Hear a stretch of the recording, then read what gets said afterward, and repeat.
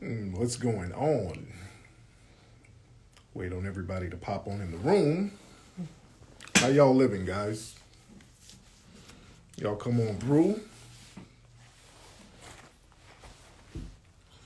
Waiting on everybody to pile on in. What's up, Killer Cam? What's up, Unique Larai? God damn, what are these names? Unique Larai. What's going on with y'all, man? What's up, Materialistic Wifey? What's up, Anaz? What's up, cousin Jerry in the house? I see you. Sakpase Mapbule. Shout out to my Haitians, my Haitian folks. What's up, Explicit? Explicit One. It's your first time in the live Materialistic Wifey. There it is. Yeah, normally I go on live pretty late. Normally when I do live, it's pretty late. But yeah, I'm early. I had to go to my office.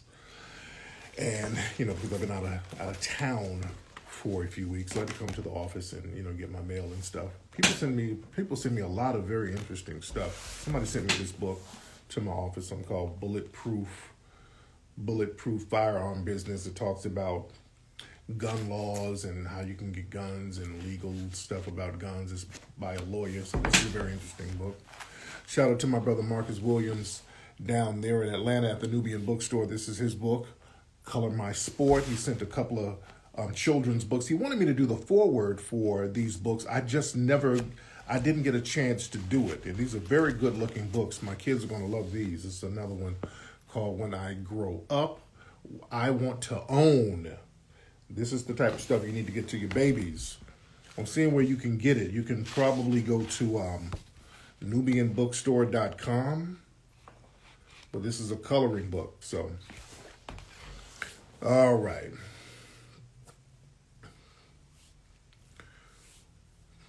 So what's going on with y'all, man? You like my Adidas jacket? There it is. There it is. Yeah, real nice stuff. What's up, brother business? What was that beeping? Now, somebody says Somalis are doing what? What's going on with Somalis? My videos, yeah, the camera's reversed, so it is what it is. So y'all got to read that shit backwards. So what's up, Arg? Okay, look like somebody's in here trolling already, and we got the fuck nigga.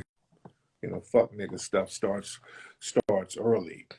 Yeah, y'all better scratch your ass and get glad and get over the fact that we're getting a lot of you tethered coons out the paint.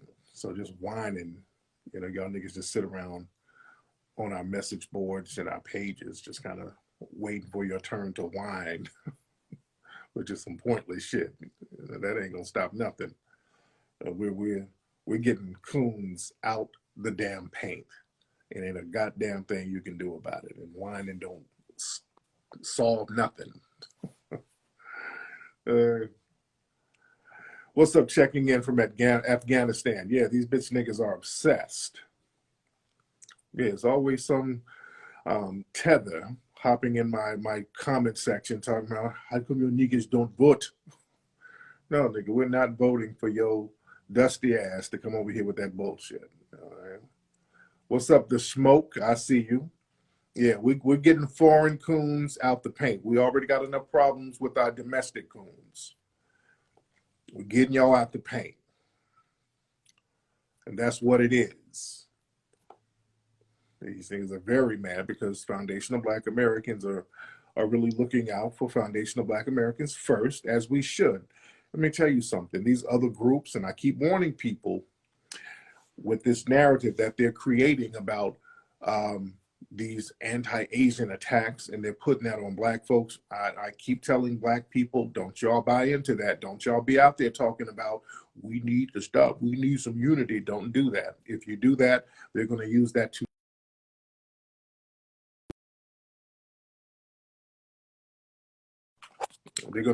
to justify it. What's up, OC? Orange County in the house. What's up, Latex Red? What's up, Kiera Brooks?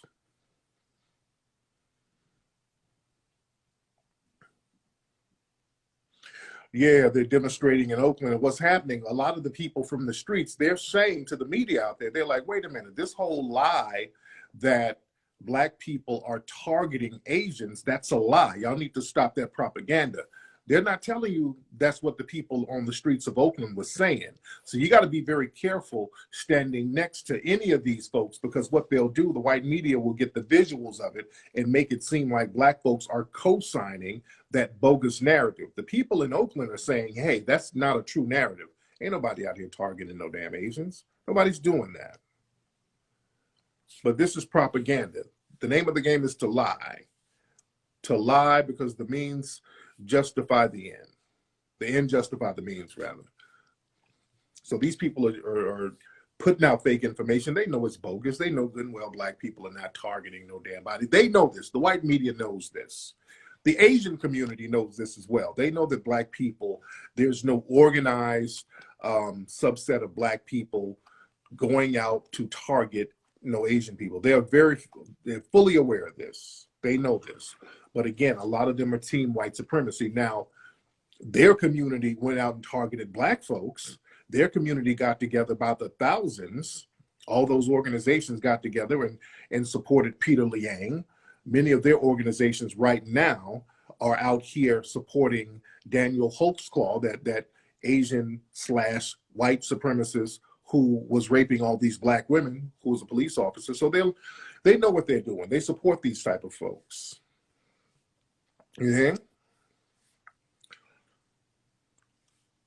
So like I told people on my broadcast the other night, they're making any interaction that we have with anybody Asian, if you're a black person, they're going to try to make that shit a hate crime. Any interaction we have with them, they're going to make that a hate crime. And family, with black folks, they can do anything to black people and it won't even be designated as a hate crime. Remember, Ahmaud Arbery, he was racially targeted by a group of white supremacists and murdered in broad daylight in cold blood, and they said they're not going to charge that as a hate crime. There was, I want to say in Minnesota, there was an 8-year-old black child who was damn near lynched. Some white folks hung an 8-year-old black child. I don't know how they got access to him. That wasn't considered a hate crime. Just today on my Twitter, I posted a story where there were several white people. I want to say this was in Virginia. It was a black preacher who owned an apartment complex. I guess there was some meth heads or whatever. They went over there trying to steal something. He confronted them. They came back with more white supremacists and tried to jump this black man who was a preacher. And they were calling him all types of racial epithets. And this brother pulled a knife on their ass. The cops came and arrested the brother. They arrested the brother. They eventually arrested the suspected white supremacists, and they refused to give them hate crime charges. And they gave them probation. You understand? So listen, I want y'all to understand this. With the Biden administration, I keep telling y'all, we are in a lot of hot water with them. We're in a lot of hot water. The next 4 years is going to be a beast. I was warning Negroes about sitting up here supporting Kamami and Biden. This is what we're going to do, family. I'm working on this right now, and I need the community to be 100% down with this. Family, what we're doing, I'm working on this literally as we speak. We're going to put together a community policing database.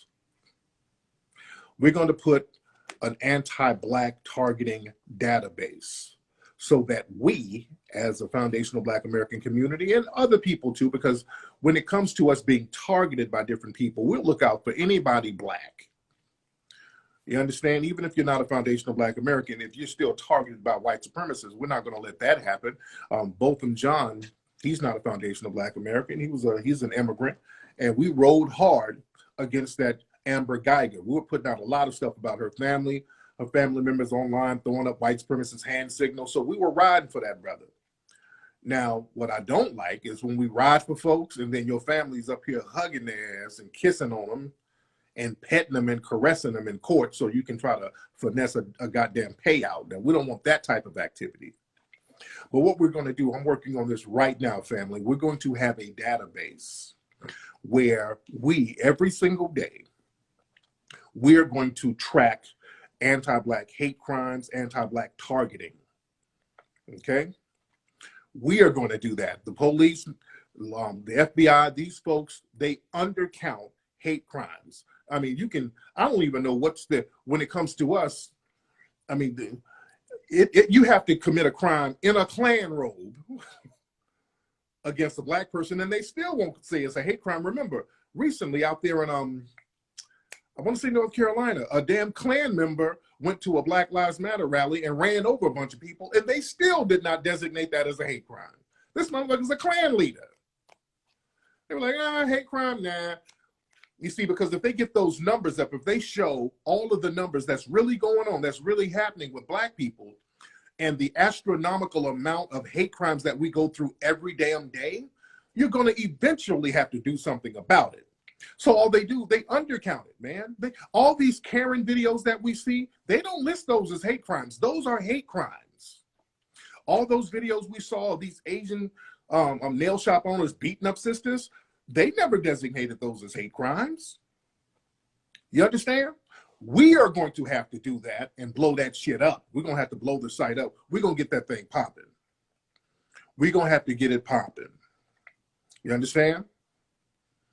We're going to have to put these folks on blast. And it's up to us. We should have been doing this a long time ago. See, this is what the NAACP should have been doing, the Congressional Black Caucus. But again, these are folks that are co-opted by the Democratic Party. We have to have an independent database that no political party has greased the palm so we can be quiet. No, this is going to be community-based. You understand? And it's going to be legit. So we're getting this done. We're going to get this done, and we just need y'all to support it, man. We need the community to support that thing. Yeah?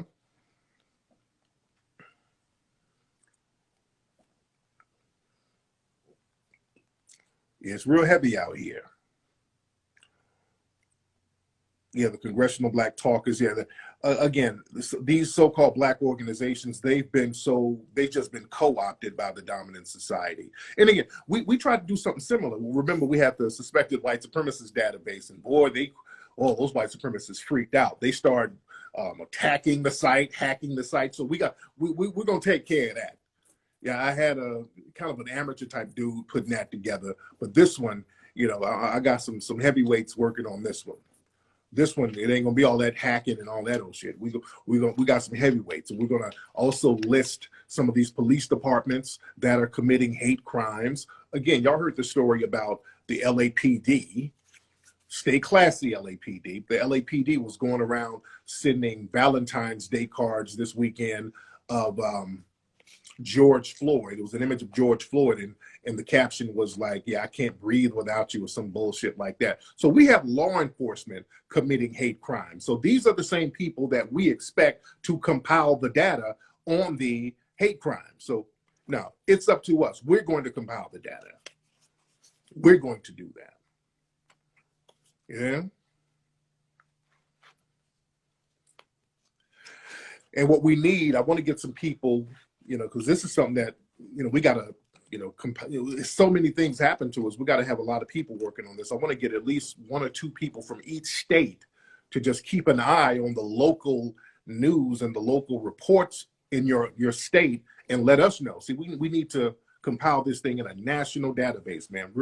We should have been doing this a long time ago. See, this is about being organized against these white supremacists and their anti-black buffer classes. You see, we don't have time for all that singing and dancing and kumbaya and let's all get together. Dude, that ain't popping. I wish black folks stop that. These are people, y'all go out there talking all that unity talk. They use your presence there to justify the propaganda about black people targeting them. Y'all better understand traps before you walk into them. Y'all better learn how to understand when people are setting up traps on your ass. Y'all really, really need to chill out with that. We're going to go out here and march with the Asians, and we need to talk about anti-black and anti-Asian targeting. Ain't nobody targeting Asians on no systematic shit. Black people are not organized to target Asian people. If a crackhead or somebody robs an Asian person, that ain't got nothing to do with me nor any other black person. Sit your ass down. any type of interaction they have with a black person, they're labeling it as some type of organized, systematic hate crime. No, it's not. People get robbed. You're not immune from robbery. A lot of these folks they set up shop in these hoods. Right now, there's a crime wave all over the country. You dig? And the hood is hitting everybody in certain places. A lot of folks are getting hit. You're not immune to getting robbed, unfortunately. You see, we got to watch this stuff. Again, they've been working on this protective class thing for the Asians. They've been working on that for a little while now. See, what they're doing now, they're trying to create an untouchable class for their buffers because the white numbers are dwindling down. So they have to create a buffer class that can basically act as de facto white supremacists. That's what they're doing right now. That's what they're doing now. On some of the cable channels, they're showing reruns of Rush Hour movies. And what they're doing on cable channels, somebody said they were doing this on VH1 and some other channels on cable. Before they show the Rush Hour movie, they put a disclaimer before the movie. They were doing this on VH1. A sister showed me a screenshot. And the disclaimer is some of the stereotypes and some of the images in this movie, are considered derogatory. So we ask that you not take offense. This movie was done during a time where certain images were somewhat acceptable, but some of the images that you see in Rush Hour, some of these are outdated stereotypes. So they put a disclaimer in front of the Rush Hour movie. Basically, this is for Chris Tucker. This is really, again, painting that narrative that black people are anti-Asian. You understand? So that disclaimer is really for Chris Tucker. So they have to put the shit on there. Hold on. We got Mitch the bitch in here. Hold on. We got the Democratic fuckboy in here. Hold on. This sounds like Mitch the bitch. Oh, one of his fuckboys. Hold on. Get in here. Get in here. Get in here, fuck nigga. Yusef United we stand. Get in here. Get in here. Get in here. So yeah, they're using us as the scapegoat. They're using us as the scapegoat. Yeah, y'all non-FBA fuckboys. We see you. Yeah, we see you, bitch niggas. We see you. And that's very interesting because they show some of the most ratchet stereotypes of black people on these networks. Yeah, they show some of the most ratchet anti-black stereotypes. They show the bottom of the barrel of blackness on these shows, but they got a damn disclaimer about Rush Hour. But yeah, black people are not targeting Asians because we have no reason to. In fact, we're their economic base. Yeah. We're the economic base. What did David Banner say to Mr. Fab or about Mr. Fab? Yeah, man, dude, I wish I would sit up here caping for some damn body talking about, man, we need to stop. Fuck out of here, dude. Over there in Asia, they got blackface on TV now. In their countries, man, it's so anti-black in their countries. They walking around on TV now in blackface. And you think a nigga is going to sit up and apologize for some crackheads robbing one of them? The hell out of here. Yeah. Yeah, we wanted to target them. We just not go to their businesses. It's not practical to target them. And this whole thing where you're supposed to be immune from robbery, no. Everybody's getting robbed right now. Shit. Well, and I don't like that narrative. Like, okay, they're getting robbed, so we have to give them extra protection as if, okay, black folks like getting robbed. We don't like getting robbed either. And we don't like getting targeted with hate crimes from people in the dominant society, but they don't do anything about it. But again, black folks, y'all sit up here and say, okay, we gotta vote for Kamala. We gotta get Trump out. Y'all politically naive. You dig? Being politically naive is not the business. What's up, Miss Trauma? Yeah, so what they're doing, man, they're really solidifying their buffer class. You know, they're desperate right now. And I say, black folks, y'all should stay out of their businesses. Stay out of those businesses, man. If it's like that, if we're such a problem to you, let's stay out your business. Because let's be clear, all this protesting, and they're setting up protests and marches all over the place. Let me tell you something. They're doing that to criminalize black people. Let's be clear. Some of the people, what's up, JK? The people who are targeting, or not even targeting, but some of the white people, some of the Asian people that were robbed and assaulted, the black people who did it got caught. They got caught and arrested. So what are they marching for? What exactly are you marching for? What you protesting for? The people who did these crimes against you, they got locked up. So what are you marching and protesting for? See, black people are marching and protesting because nobody's getting locked up. See, we're protesting and marching because these people get to harm us and nobody touches them. You see, we're marching and protesting just for a damn arrest. You guys are getting black folks arrested if they harm you. So what are you marching and protesting for? They're marching and protesting to suppress all black people. They want to have a stop and frisk apparatus going on where you just going to be targeted all the time. So y'all better understand the game out here. Y'all better understand the game out here.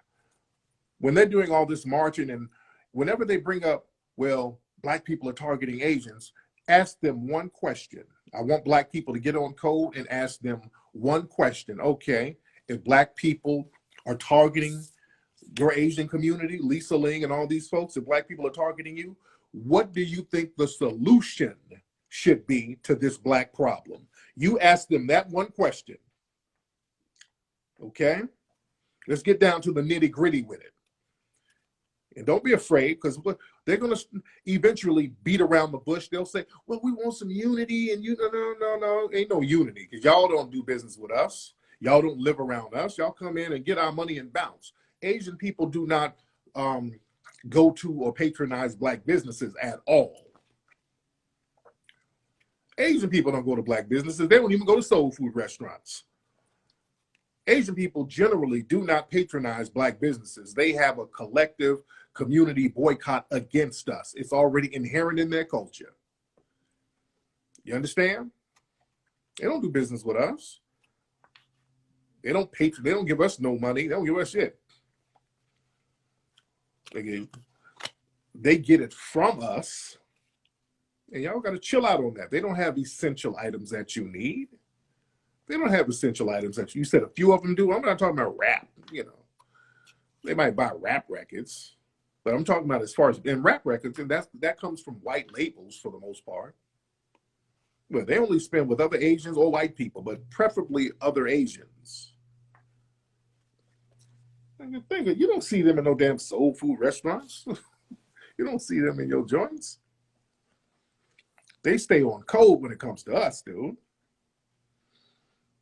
Yeah, I want to. If we doing all this to you, okay, well, damn.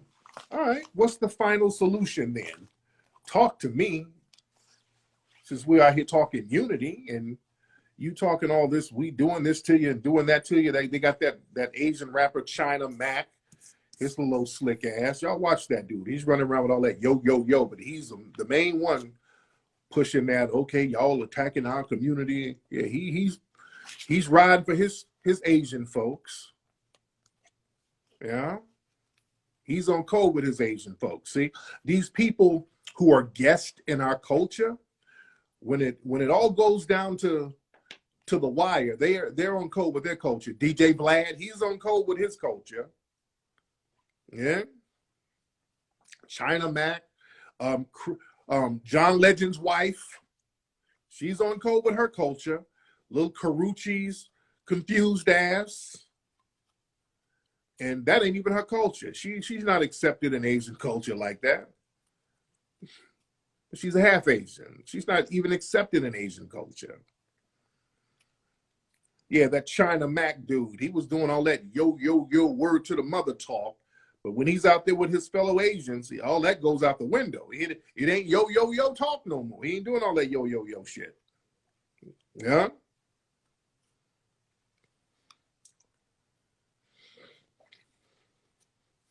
Man. So we better understand the game out here, man. We got to be on code with each other, and we got to stop being sitting ducks, and we got to stop walking into traps out here. Yeah, I've never heard the dude rhyme. I don't know, if he has mixtapes or whatever. We only heard about this nigga on DJ Vlad. What's up, I am Cat Gaga? Yeah, is China Mac one of these dudes running around saying nigga, nigga, nigga? Yeah, fuck him. Yeah, fuck him too. What's up, Jackie Valentina?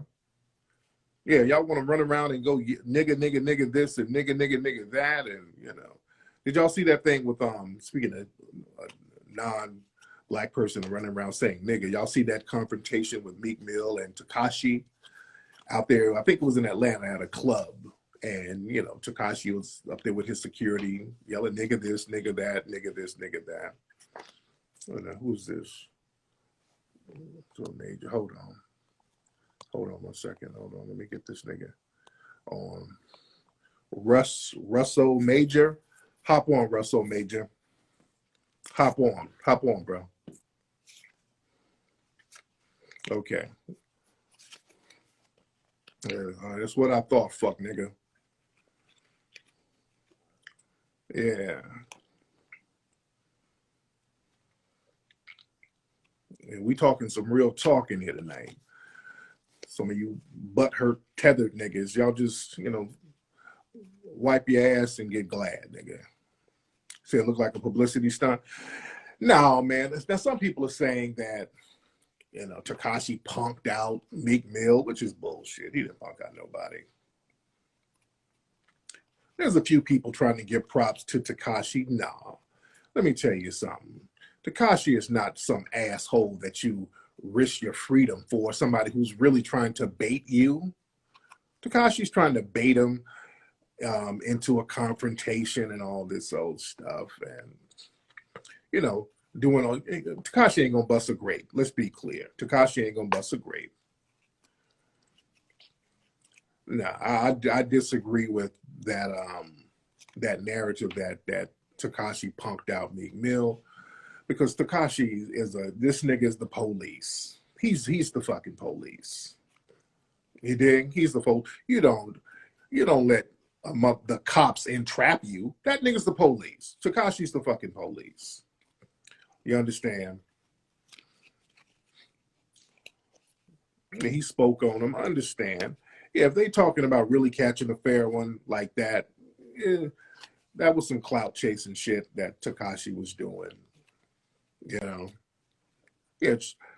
Tekashi had all that security with him. And, I mean, even if you wanted to rush Tekashi, the security's there protecting him. The security was protecting the dude. Yeah. That's the kind of dude you catch slipping. You catch his little old ass slipping somewhere. You understand? When he ain't got no camera, you catch his ass slipping. You don't let this motherfucker entrap you. We know this is the police. Tekashi is the police. Yeah. No, but you going to jail for a damn informant trying to entrap you? Nah. When you look at no, nigga, no. That's not what you no. Nah. Sometimes you got to get busy. Sometimes you got to be like, fuck it, I got to get busy. But not for a clown. I got to, there's a clown trying to bait you. Now, you smack this clown up. This clown is protected by the police. This is a protected clown. You get a good lick or two on him, but now, they done revoke your little probation over this clown ass nigga. And because you're doing it all in front of, yeah. He said he's gangster. He should handle it like a G. Let me tell you something. A G thinks. You know what I'm saying? A G, you make educated decisions. And let's be clear. No, you just don't do shit just to be doing it, nigga. That's just no. A real G is a real hustler too. So you're not emotional. So you got a lot of niggas out here who think emotional, nigga. You thinking like a boss. You ain't about to throw millions of dollars away over a fucking weenie, especially a weak weenie. Let's be clear. You don't risk your little money. You don't risk your money and all this, and you on probation and all this junk for a motherfucker like Tekashi, who you don't even get no points for. Let's say you dust him up. Let's say you whoop that ass good. It's Tekashi. You don't really, do you really get points for that? Certain people, you don't really get no points for that shit on the streets. You know, just like remember for a while when everybody was robbing Young Berg. Remember that? Remember everybody was robbing Young Berg. They were robbing this nigga left and right. And then it got to the point when niggas was like, yeah, I got that nigga chain. And it's like, man, nigga, you don't get no clout for that. After a while, people were robbing him and nobody cared. Niggas was just, you don't get no points on robbing Young Berg. You don't get no points on that. You don't get no gangster points on robbing this dude or smacking him up. You understand? When I ran up on Crispy's dumb ass, all this nigga, you know, when I ran up on this nigga, all he had to do was make a move. All this bitch nigga had to do was make a move. But I wasn't going to sucker punch this nigga because that's what they wanted me to sucker punch him so he can be like, oh, Lord, hit me, everybody. I'm a victim, everybody. You know, no, it wasn't going to be no sucker punching. And no. You square the fuck up with me, my nigga. He wouldn't square up. So I'm like, all right, I don't get no points. This nigga sitting here with a tear in his eye. I don't get no points smacking this fuck nigga up. He's sitting here submissive now. This nigga went and got his toes done after I ran up on his bitch ass. So I don't get no points. You know what I'm saying? Certain niggas, after, you don't really get no points running up on niggas. Some people. You really don't get no points after a while. Yeah, this nigga was sitting here shaking and a tear coming out of his fucking eye. I felt bad for this motherfucker. Okay, nigga. Keep your mouth shut, bitch ass.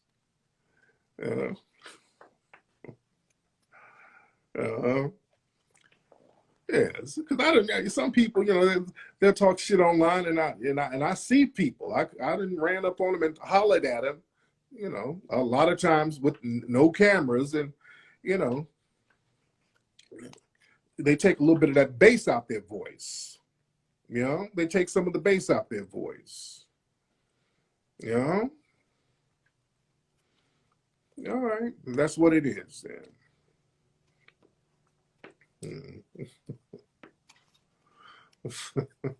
It was one tear. You set me up, DJ Vlad. Yeah, then niggas start lying. That's another thing I hate, when niggas be lying on my ass. You know how to pull a gun on them and all this sort of shit. I hate, but that's another thing. You can tell fuck niggas. There's always some nigga talking about I done pulled a gun on them. Well, some of these niggas are weenies. Some of these niggas are fucking weenies, and I don't need a gun for you bitch niggas. Some of y'all niggas, he put a gun on me, everybody. So do I really need a gun for a fuck nigga like you? These niggas, I don't need no gun for some of these bitch niggas, dude. And I'm not trying to be no tough rah-rah nigga or whatever, but you know. Niggas always got to put extras on it. Tariq ran up on me with 80 niggas. They were strapped, they had the Dracos. Niggas, stop. Stop.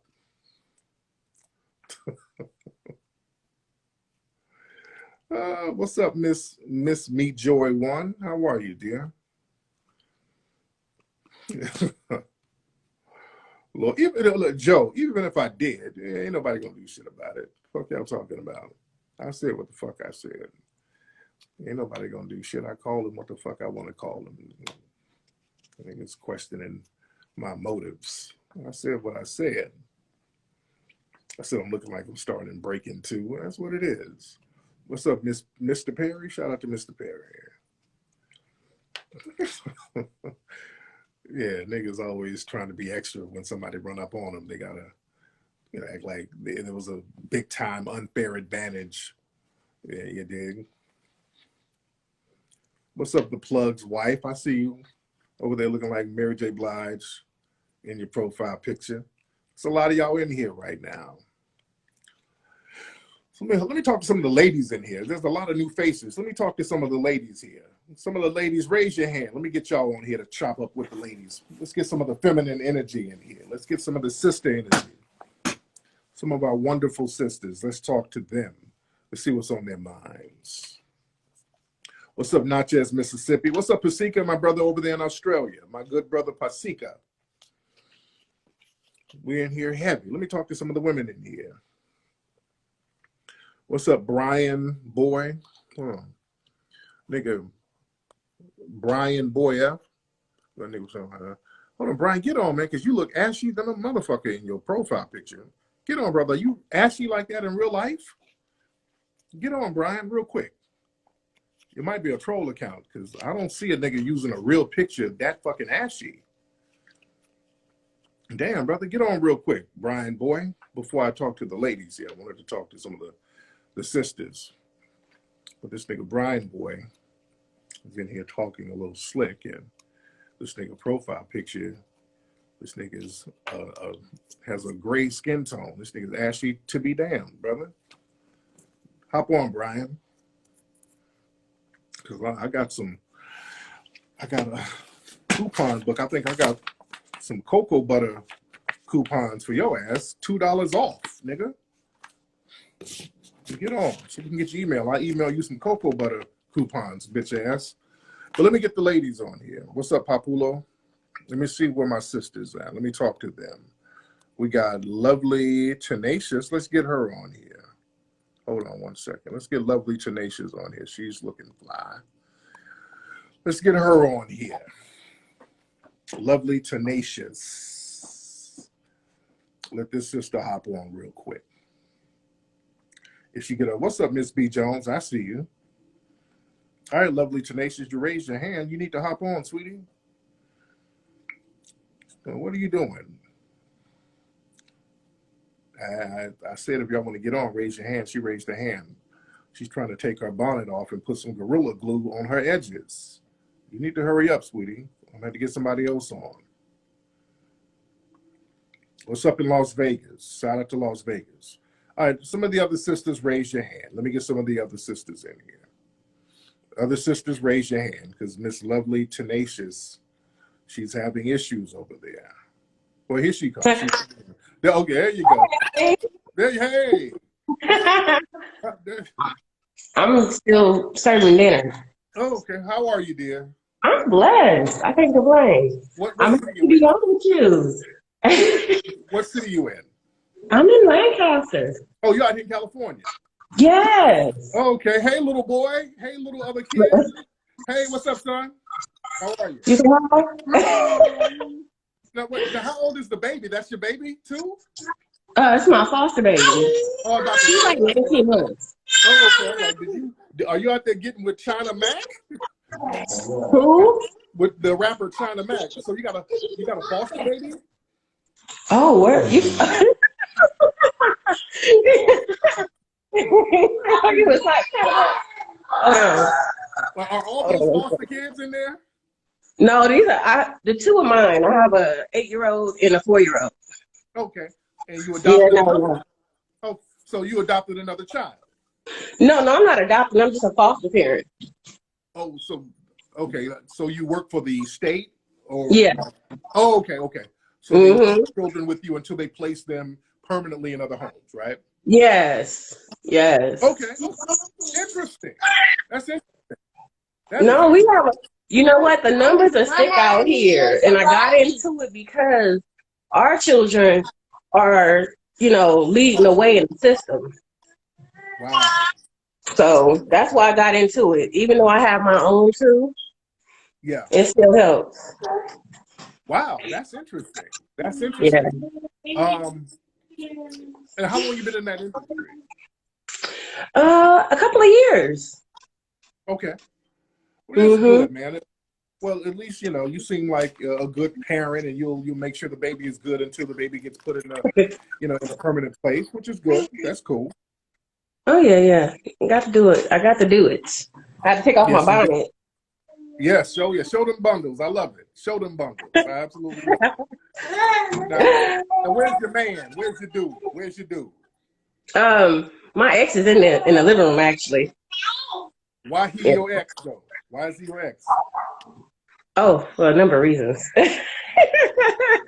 Must not be that bad. His ass is up in there. Oh no, you know what? We have children, so it's important to keep that solid. Okay, so those are who your children about him? Yeah, Okay, cool, yeah. cool, So we keep it solid. No, it's still a family unit, even though we're not together. cool. Well, Yeah. y'all, why are y'all not together? Y'all still got a family unit. He's posted up in there. The babies are young. So We're not making no more babies. how did that work out? Now, wait. How old are you? How old are you? I'm 36. How old is he? 41, I think. Okay, Now. just a couple of years older than you. Now, Mhm. I don't know. How come y'all couldn't make that shit work? How come y'all couldn't have a lot? Y'all already got two fucking babies. What the hell is the problem? Uh, it's toxicity, I guess. Okay, who's toxic? You or him? We were both toxic for a second. Now I think we both grown a lot, but yeah. I don't What know. you gonna do about that We were both toxicity? toxic. Y'all just gonna sit up here and just be toxic and old together? What y'all gonna do? I don't know. Maybe one day. I don't know. You are really grilling me though. I'm Yeah, really one of those. It's like goddamn Captain Kangaroo over in that fucking house, and I'm trying to see what's the structure up in there. Yeah. yeah. Okay. No. Keep the structure tight. We keep the structure tight. Like even if you cannot do it for yourself, I say do it for the kids. Absolutely. All right. All right. Yeah, Thank you so much, absolutely. beloved. Thank you so much, dear. Absolutely. Many blessings. All right, dear. Hold on. How do I get this on? Okay. Oh, there we go. I'm about to do the wrong thing. Okay, there we go. All right. There it is.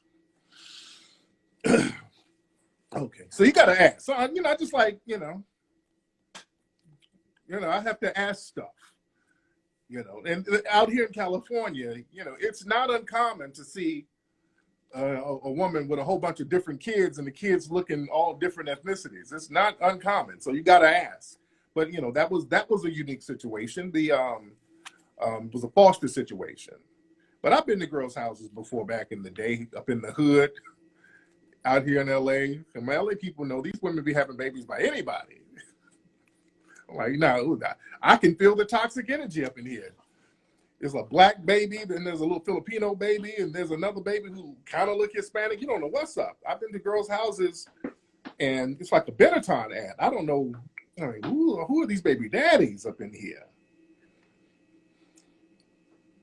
I'm sitting up in the crib, and one little kid, I don't know what he is, but he's making, how kids be playing with Play-Doh and making food out of Play-Doh. I was with one girl, and the kid was making Play-Doh. He made me a Play-Doh chicken fajita. I'm like, here, senor. Like, nigga, who's your dad? Who is this child's dad? He's making Taco Bell treats out of Play-Doh. Who's the fuck is your father's? Who's the father of this baby? Yeah, they be having Mexican babies out here. These hood rats are big on having Mexican babies. And now, I'm not saying anything negative about the babies. That's what it is. I'm just saying, you never know out here in California with these women. You never know. So you ask questions just to be, inquiring about certain things. So you go somewhere and get a Play-Doh chalupa at a girl's house, and you don't know what's going on. You don't know what's happening. You know. Yeah, you did. Thank God you live in New York. Yeah, it's funny style out of here, man. Yeah, the baby, the be a black baby named no, the baby be Asian named Darnell. So when you see an Asian chick running around here, her name is Sharquisha. You know how she was raised. You know how she was raised. You understand the situation. Yeah, man.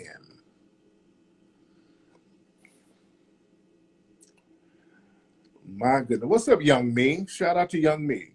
Young me is getting older now. She's 17. She's about to graduate pretty soon. What's up, darling Darla? Let's get her on. She has a nice forehead. Let's get some nice forehead girls on here. She has a forehead like my wife. I got folks mad. What the fuck they mad at? Let's get Dara on here. Darling Dara. She has a big forehead like my wife. Let's get her on here. It's always a treat to talk to big forehead girls. Yeah. I saw the Black Messiah movie. Very good movie. I saw it. Very good movie. Very, very good movie. Darla, are you getting on, dear? What's going on with you, dear? What's happening? Yeah, okay. Hold on. Hold on. No, no, no, no, no. Let me get we got a fuck nigga in here. Hold on. Okay, I'm getting him out of here. Okay. Okay. Okay. Where they at? Okay, she's not coming on, so she must not be camera ready. Whoops. I didn't want to go online with you, brother. Okay. Okay, I'm getting a couple of fuck niggas out of here. Yeah, I'm gonna watch American Skin tonight. I'm gonna watch that tonight. We'll watch that lying in bed. We'll watch that. Yeah, I'm gonna watch that tonight. But Black Messiah, that's a great movie. That is a great movie. You know.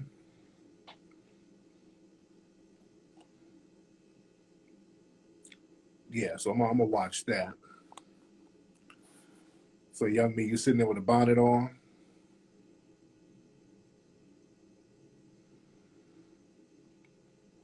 So let's get some more sisters up in here.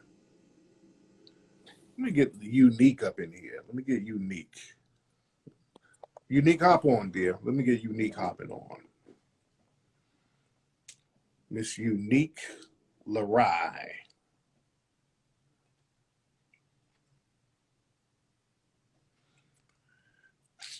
All right, we got a lot of folks in here.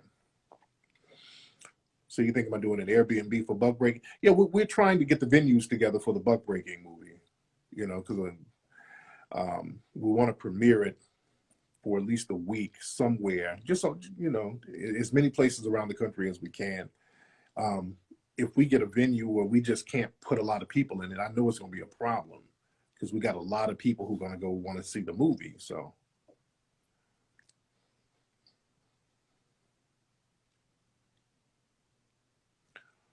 See, there's anti-black blacks in America. Hold on, bulk fitness. Well, get on, bro. Hop on, bulk fitness. Fitness. Okay, he didn't get his bitch ass. So. Hold on. What's up? You say prove I'm an FBA? Well, nigga, you can't prove that I ain't. The Den in Colorado.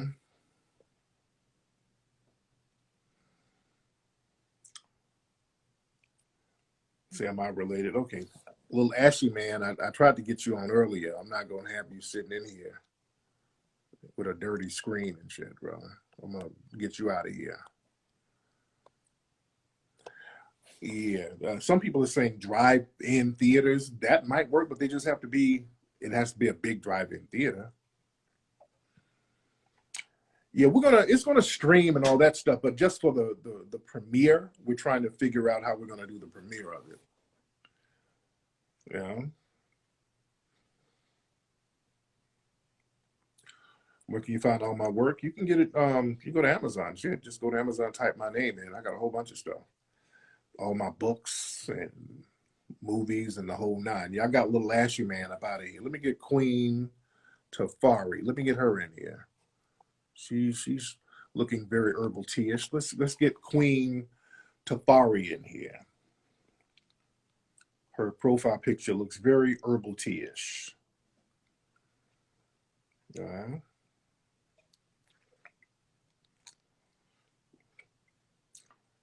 right, Queen Tafari, where you at, dear? She's not getting on. Okay, we'll get you later. Okay, some of these people, some of these folks in here, if y'all don't get on, I'm not gonna let y'all troll in the room. Missy 565G, hop on. Okay, you decline, you're getting out of here. You're not gonna be in here talking, asking a bunch of dumbass questions. See, we got a lot of these non-FBA tethers in here who like to whine. No, nigga, take your ass back to Uganda with all that whining. Yeah. Yeah, we're gonna do some more Meek Slide stuff. Oh yeah, we got some more Meek Slide. We got an EP coming. That's coming pretty soon. Yeah.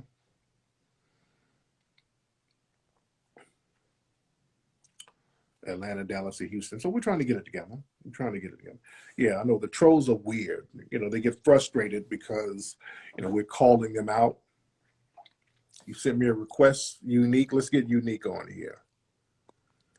Unique got her Michelle Obama dress on in her profile, but let's get Unique. Unique Larai. Here she comes. Hello. Hey, Unique. Hey, how are you? Hey, beloved. Unique went in there and just got dolled up real quick. You were not sitting around the No. house looking like you got that hair fly. You were not sitting around the house. Your ass went and Nah, I've been sitting around the house. I've been sitting around the house all day. Ain't nothing we really can do in Texas, but sit here like we're in prison. They got a lot of stuff shut down there too? Yes, everything is shut down. We've never gotten to 19 degrees like we have, snow falling like that. We never get that. Oh, it's Yes. 19 degrees down there? It got the lowest we got 19. It's like 23 right now, 23 degrees God damn. in Texas. Wow. Yeah. Wow, man. Y'all be safe out there. That's freezing down there. Where's your husband? Where's your hubby? Where's he right now? My husband is right here. He is moving around this house, cleaning up because we're on the verge of moving. Uh-oh. Are y'all moving around the same area or what? Yeah, we're relocating to like Houston area, Fresno. Yeah. That's what we've been up to. But I'm so Now, glad to finally get to. Sorry. Yeah, what area are you in now? I am in the smallest, countryest, dustiest town anybody can find. I'm in Victoria, Texas. Have you ever heard of that? I've heard of it. I don't know where it is, but I heard Really? of it. Yeah. Oh yes, that's where I'm at. Very small, not big whatsoever. You know, I was thinking about buying farmland down there in Texas because they got a lot of very reasonable farmland. I've been on that kick. I don't know the areas at all. What are some of the areas in Texas to avoid? What you mean avoid? You mean like races? What are you talking I know about? there's racism all over, but at least, you know, when something go down, I want at least some brothers at least 5 or 10 miles close by so I can get some reinforcement. But I don't want, you know, I don't want to go in the hicks, the woods where, you know, where I got no reinforcement. But, you know, what's a cool place? Well, where are some of the places that are questionable? Questionable. I would personally say stay away from all the small surrounding, like little small towns. I would say Dallas would be a good area. You know, they have a lot of land out there. They're building. It's real nice in that area. Okay. The Dallas area. Austin area is very nice too, if you want to be in that area. A little bit more pricey, but it's actually a very nice place to be. Okay. Like New Braunfels. I'm gonna look into that. Yeah, that's actually nice. But I'm so glad I finally get to talk to you. I mean, I've been I recently stepped down from my job because I had to file a EEOC case with the company that I was working on for discrimination or whatnot. But yeah, I love looking at your lives. I mean, it keeps me informed about everything that's going on, keep me strong in certain situations. Yes, ma'am. Yeah. Thank you so much. You be good. Tell your husband we said hello. All right. All right, I will. Shout out to her. She was all right. She was cool. But yeah, my Texas people, let me know, because that's something that I've been wanting to do. I got land out there in Georgia, and I got to go down there. And check on my house down there. But I want to get farmland. I want to get a farm in Texas. I want to get a farm in Texas, and what would be the best place and a reasonable place? I ain't trying to pay an arm and a damn leg, but what would be a nice place where you get some good acreage, buy some farmland in Oklahoma? We were looking at stuff like that. We were looking at Wyoming. We were looking at little places like that. We're thinking outside the box. I was thinking about out here in California, but yeah. Never go to Tarboro, Texas. Okay. Stay away from Amarillo and San Marcos. With East Texas. Yeah, but Dallas, somewhere in Dallas might be a lick. Somewhere in Dallas might be cool. But yeah, I'm going to get farmland.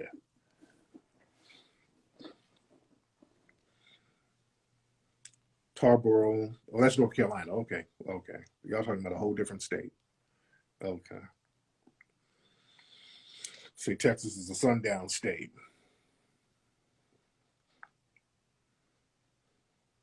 All the panhandles. Okay.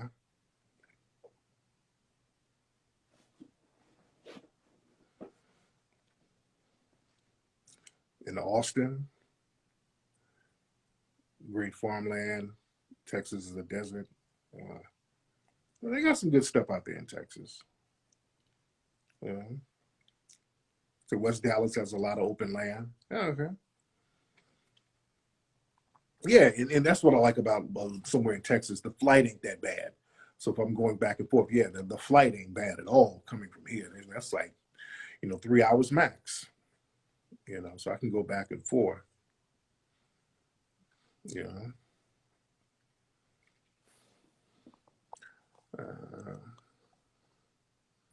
For the valley. So Indiana's nice. Okay. What's up, Steezy? I'm gonna have to look into some stuff. Yeah, California's, it's a sundown state.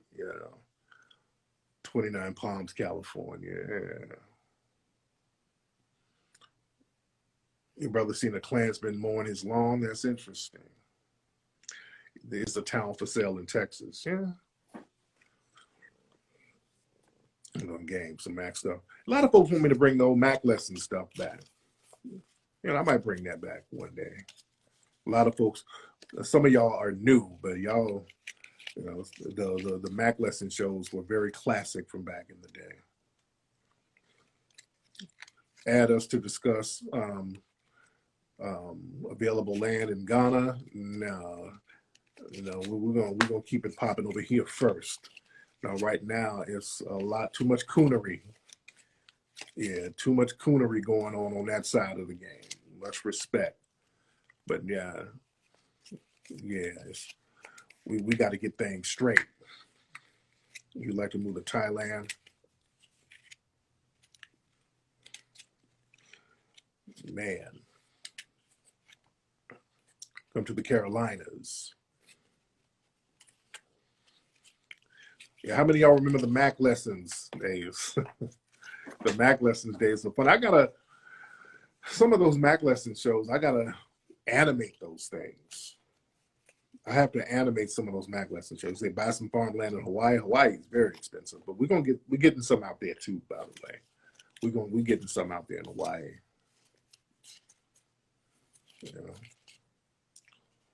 What's up, Philip? You say put you on? Nigga, you ain't got no profile picture, which is weird. All right, get on, Philip. So nigga sitting here with no profile picture. Get on. All right, just added you, Philip. You keep asking to get put on. What's going on, bro? Hey, what's up, man? Hey. I'm Mariceli. There you go. Yeah, can you hear me? Yeah, what city you in, bro? I'm in Georgia. Oh, okay. So Yeah. how come you ain't got no profile picture on your page, bro? My bad, man. Like, I just opened on Instagram, so. I know. Now, what part of West Africa are you from? I'm Nigerian, brother. Right, I can see that. Yeah. How long you been out here? I've been here for about 8 years. I'm 25, so I came in when I was 16 years old. Got it. Got it. Yeah. I Okay. watch your stuff, brother. Like some of the stuff that you speak about, I mean, I'll be honest, being African myself, about people being anti-FBA, like I see that a lot. Yeah. And like you said, the FBA, Foundation of Black America, I actually learned that word from you, people that built this country. And I think that the sacrifices that it made has allowed people like myself to come to this country and succeed and be successful. So like, not all of us hates, Foundation of Black Americans. That's We, real talk, man. And that's yeah, that's and that's good yeah, talk, man. Just to show hmm just general respect, man. yeah. That's how we supposed to be. When you come over, man, let's show respect so we can build together. You sound like a Yeah, riot. brother. We need more And brothers I, like you, bro. We need more cats like you. You feel me? yeah, What kind of and work you do out there in Georgia? What do you do in Georgia, bro?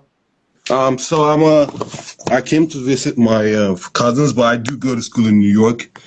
I go to Queens College. I'm a master's student, and yeah, and like I said, there was a movement that was happening where I think that more African countries should give Foundation of Black American citizenships because, like I'm so in for that coalition because sometimes personally for me, I never understood why people hate on African Americans or Foundation of Black Americans so much because I think that you guys have made sacrifices. Like I said, I came here as a 16-year-old kid. I was able to go to college and, be able to, I didn't experience that like systemic even when you talk about like systemic injustice, like I think that you guys should lead the way, like because I don't try to speak on it because I didn't experience it, my family didn't experience slavery and all that stuff. I came here off of the benefit of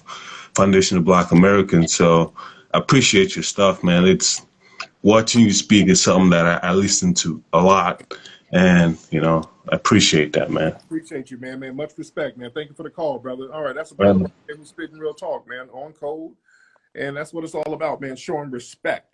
Um, we're at the point now where it has to be respect. If anybody comes over here and you're benefiting off the struggle, benefiting off my grandmothers and my great grandmothers and my great grandfathers, their sacrifices, you don't have to show general respect. You dig? And that's all it is. And that's cool. I respect that. He's a good dude. Good dude. Again, we ain't got no problem with nobody from the diaspora. We ain't got no problem with it. We do have a problem with the coons. That's the thing. We got a problem with the coons. You dig? We need more cats like that talking real talk.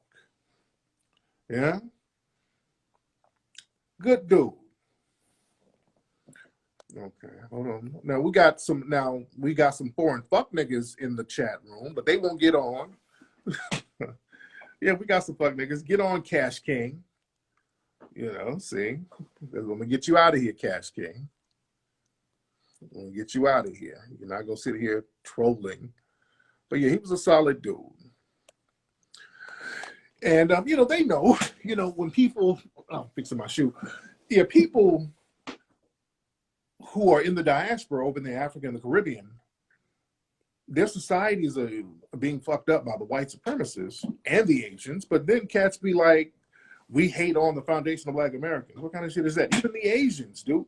Even over in China and certain Asian countries, the people who exploit them there, the white supremacists directly and indirectly orchestrate all that stuff. But you ain't got no smoke for them. But you sit over here talking about how much you hate Negroes. What's up, Jay? Let's get Jay Kai on here. Let me get her on here. Jay Kai, hop on, dear. Yeah.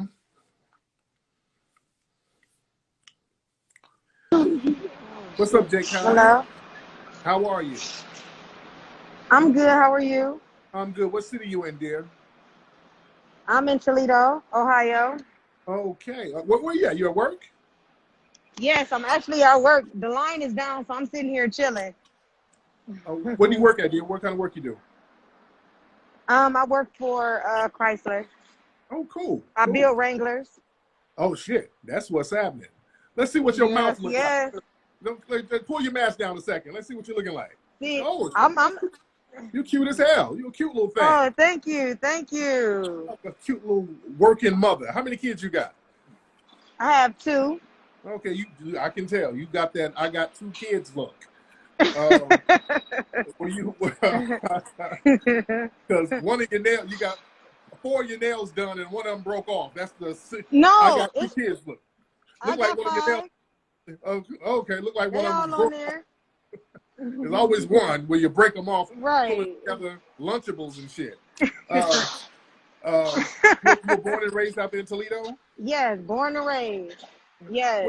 Where's your dude? Where's your baby dad? Where's your husband? What we got going on? 0. Now, how come you 0? How come it ain't popping? You cute. What's happening? You know that it's the same old thing. I don't tolerate a lot, so I had to let it go. You had to let it go. Yep. Was it your fault or his fault? It's never my fault. Oh, please. Stop. No, but no, I mean, no, it wasn't my fault, but I can't put all the blame on someone else because of what I decided to tolerate. So, you know how that goes. Now, was this person the last person? This your baby's dad? Was it? My youngest daughter's father, yes. And where's the other kid's dad? He's around. They both around. I'm just not with them. God damn. Well, what's going on with you? You're the common denominator. No. Yeah. I mean, like I said, I don't tolerate a lot, so. Well, they ain't tolerating nothing either. They're bouncing. What's going on with you? How come these niggas are hitting and I bounced from them. I was with my oldest daughter's father for 6 years. Okay. And then we broke up, and then I was with my youngest daughter's father for 4 years, and then I broke up. I'm trying to see what's going on, because for a girl who's cute and niggas are hitting and running, you ain't getting flued out right now. No. I want to know what's going on with you. Is your mouth slick? You be talking crazy to niggas? What's happening? No, I'm not no. You can't cook? You don't shave your coochie? Oh, what's going on I with cook, I do it all. I cook, I do it all. But it's not about what you do. It's not, you can do it all. But if they ain't the one, they ain't the one. Okay. All right. Well, I really want to see what's going on. If I talk to them, if I talk to one of them dudes, they gonna give me the real. See, if I talk to them, what would they say? If I talk to one of them, what would they say about your ass?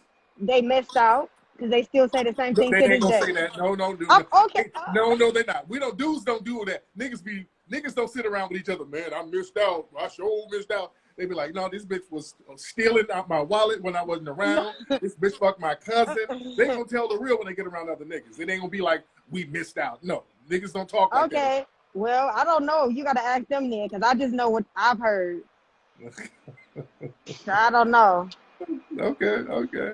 All right, dear. Anyway. But I really enjoy, I really enjoyed the things that you talk about, and I'm learning a whole lot from watching your videos. And yes, I'm supposed to be ordering the Hidden Colors series, all 5 of them. Yes, you got to order that when you get your next paycheck at Chrysler. You better get those movies. Oh, I'm waiting on it. Now, how old are you, dear? How old are you? I'm 35. Okay, there you go. That means 40. Okay, so. Here you go. Oh, no, you didn't. Yeah, she gave her club age. That's your club age. Okay. All right, it's cool. All right, dear. Thank you so much, dear. She's cute. She's cute. Now, when you see a cute motherfucker, ain't nobody booed them up yet, and niggas are hitting that pussy and bouncing. All right, what's going on with you? We got to be real about some things. Sometimes, ladies, there's some shit going on with you, and you ain't being honest. Something ain't right. She's cute. And you do put you on the Hidden Colors. Something ain't right. Something ain't right, y'all. Come on now. You can sit up and blame these niggas all day. You got 2 baby fucking daddies. You got 2 baby daddies out here. You're cute, and you up here working in the middle of the night to make ends meet. Niggas didn't get you booed up. Niggas didn't wipe you up. What's going on? I know it's dusty niggas out here, but what's happening? What's up, Lioness Crown? Shout out to my sister Jade. What's happening?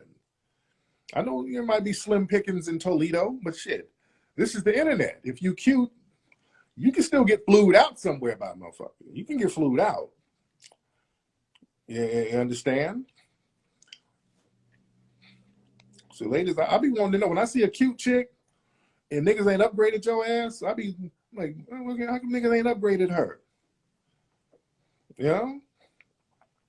See, what happens is a lot of times y'all be on that city girl shit. Y'all, y'all listen to these city girl records and try to do that goofy shit, and in your prime choosing years, you ain't really choosing correctly. So y'all got to stop dating like you in the 13th grade out here, ladies.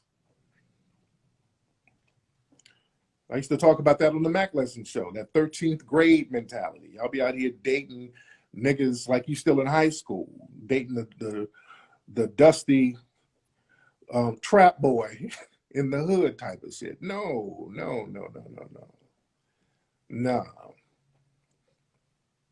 No, y'all got to choose hard when your stock is high. Y'all better understand that part of the game. Y'all better choose hard and choose smart when your stock is on top. You know? I'm trying to let y'all know what's popping. When I see a cute girl like that, I'm like, okay, what's happening? Y'all got a house full of babies, and I smell the energy of struggling. You know? Ladies, y'all got to cut that shit out. Y'all better start choosing correctly when you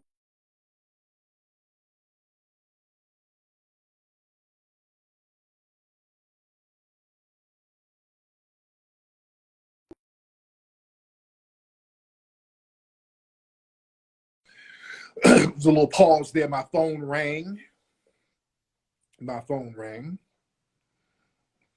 Yeah.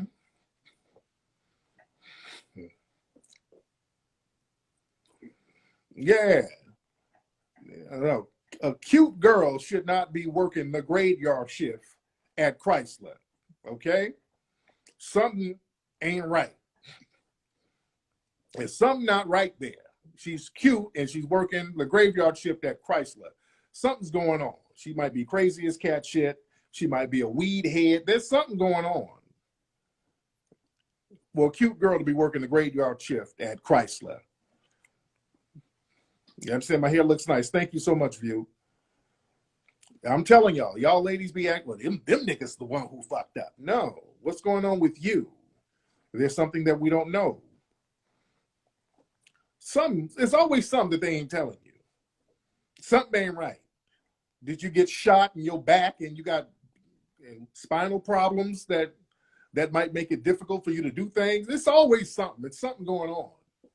Like one of her toes are missing. Something's happening. There's always something strange. You know, she got hair on her titty nipples. There's some.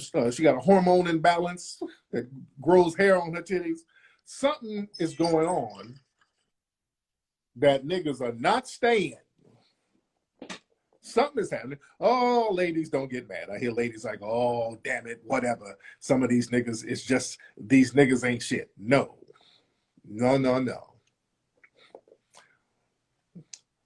Somebody's making a wrong turn somewhere in the game. Ladies, if your shit is right, the niggas will get right. Listen to me. Ladies, if your shit is right, your shit is intact, you will magnetize another nigga with his shit right. Your magnetic is, having your shit together is like magnetic energy. You know? Maybe she got the well, something's on. Ladies, y'all don't like to talk about what's going on with you. It's probably her attitude. She might have a crazy attitude. And she might be slick at the mouth. There's something. A lot of people don't really take the time and say, hey, I've been doing some real slick shit I shouldn't be doing. Yeah. She might have a lot of bodies on her. That's another thing. A lot of y'all ladies, y'all be having bodies on you, especially in these small towns. In Toledo,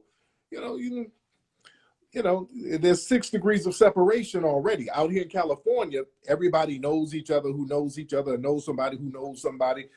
It's that type of vibe. Now, just imagine out there in Toledo, in a smaller city. So if she got bodies under her, niggas gonna know. The streets are gonna know how many bodies you got. Yeah? Yeah. If you get a lot of bodies under your belt, that's gonna be funny style. See, sometimes y'all might have to move.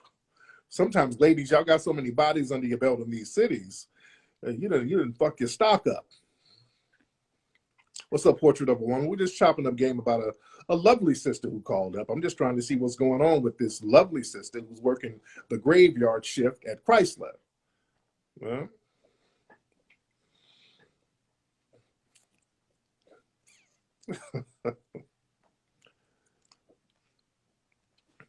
yeah, if you get your shit right, you'll get some magnetic energy for it. You'll attract the right nigga. Yeah, you better transfer towns. Sometimes you better move. You better bounce. Look, nigga, I lived in Detroit as a small kid. Then I lived in Alabama. Shit wasn't popping. Hey, it's slim pickings. My game is a little too crisp for this area. Let me take my shit on the road. Yeah.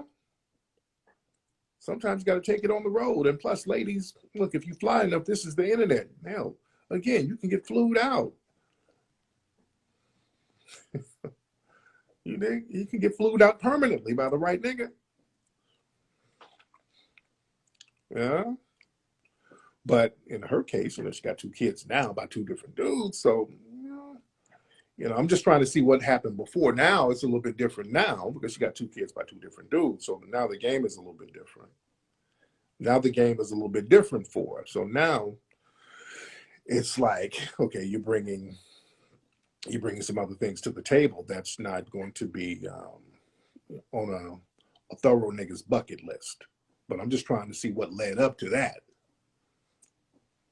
What's up, Marie? Well, let's get Marie Shellnut. Let's get her in here. Let's get Marie Shellnut in here. Do I think it's harder to date now because COVID is going on? No. People, it is not really harder to date now because of COVID. Even when there wasn't COVID. Ladies, there's niggas, you meet them at the club and they'll be licking your ass the next day. These niggas don't give a shit about no COVID. These niggas be out here eating ass. They don't give a shit about no COVID. These niggas be out here getting hepatitis and all types of stuff. COVID ain't nothing.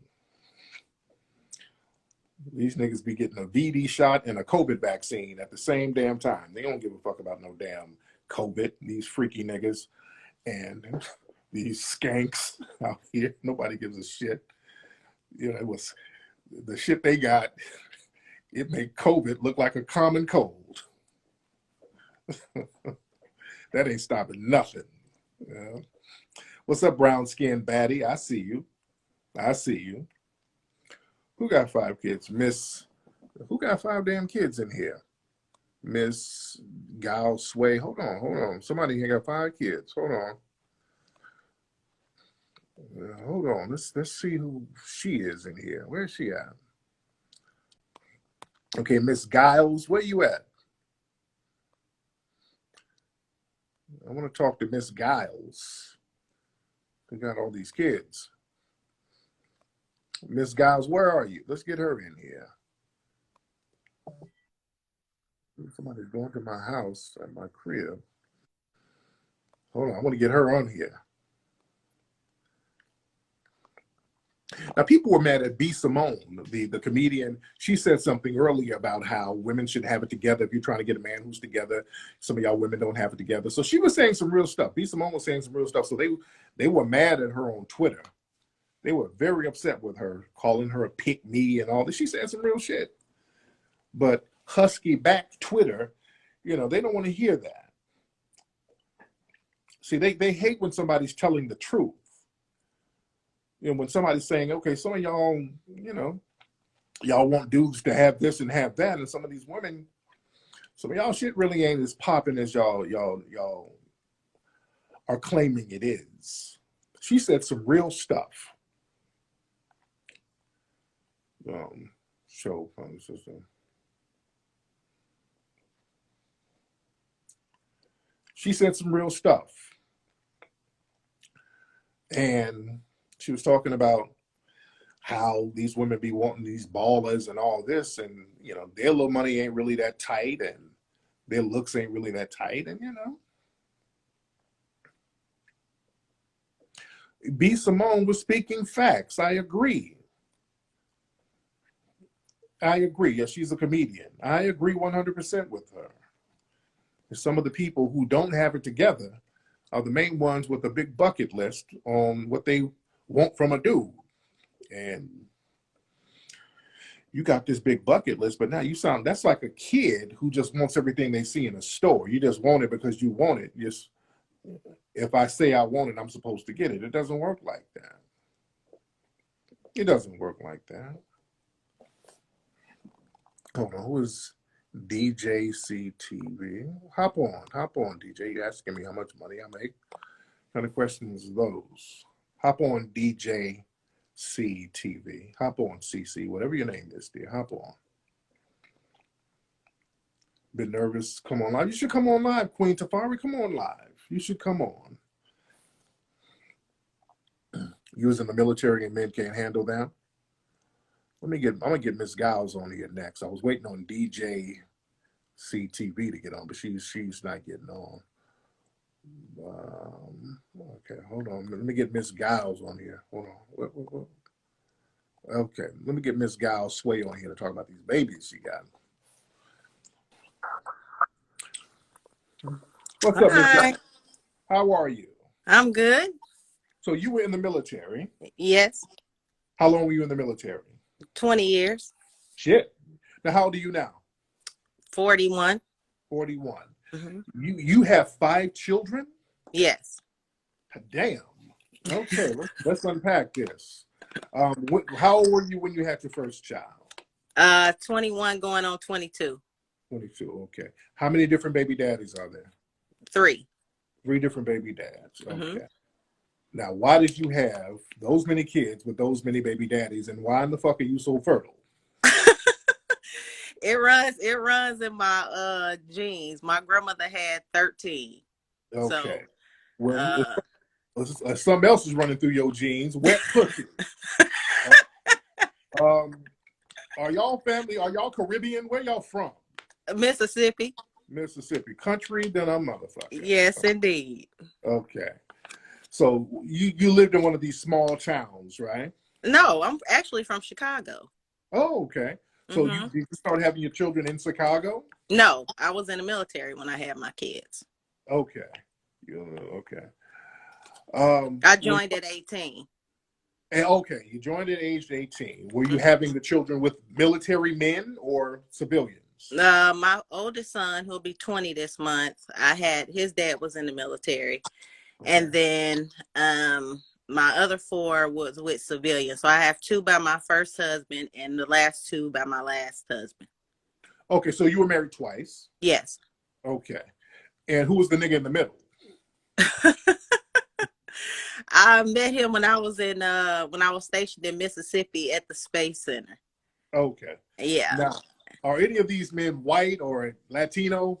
My first husband was, yes. I knew it. I knew that. Okay.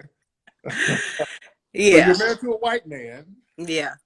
How long were you married to the white man? Not long. We was together a couple of years. We got married. That didn't last long at all. Did he ever want to get into some slave play activity while y'all were sexual? He better not have talked to me. That I'm from Chicago, don't forget. So I don't be rocking with that type of behavior right there now. No, we ain't doing none of that. Okay. Well, you know, these white dudes he done said something slick. What did he do? Did he say something slick at any point? No, he just had his own issues. So drugs? Yep. Of course. Yep. Of course. Of course. Of It course. was cocaine issues, and I didn't detect it for a while because in Chicago people didn't really fool with cocaine. It was Yeah. more crack, more heroin. So I didn't know what signs were of somebody who used cocaine. So it took me a little minute, you know what I'm saying, to kind of catch on, because I wasn't, that was something I wasn't used to. You knew But that white look, you knew that white boy was on cocaine.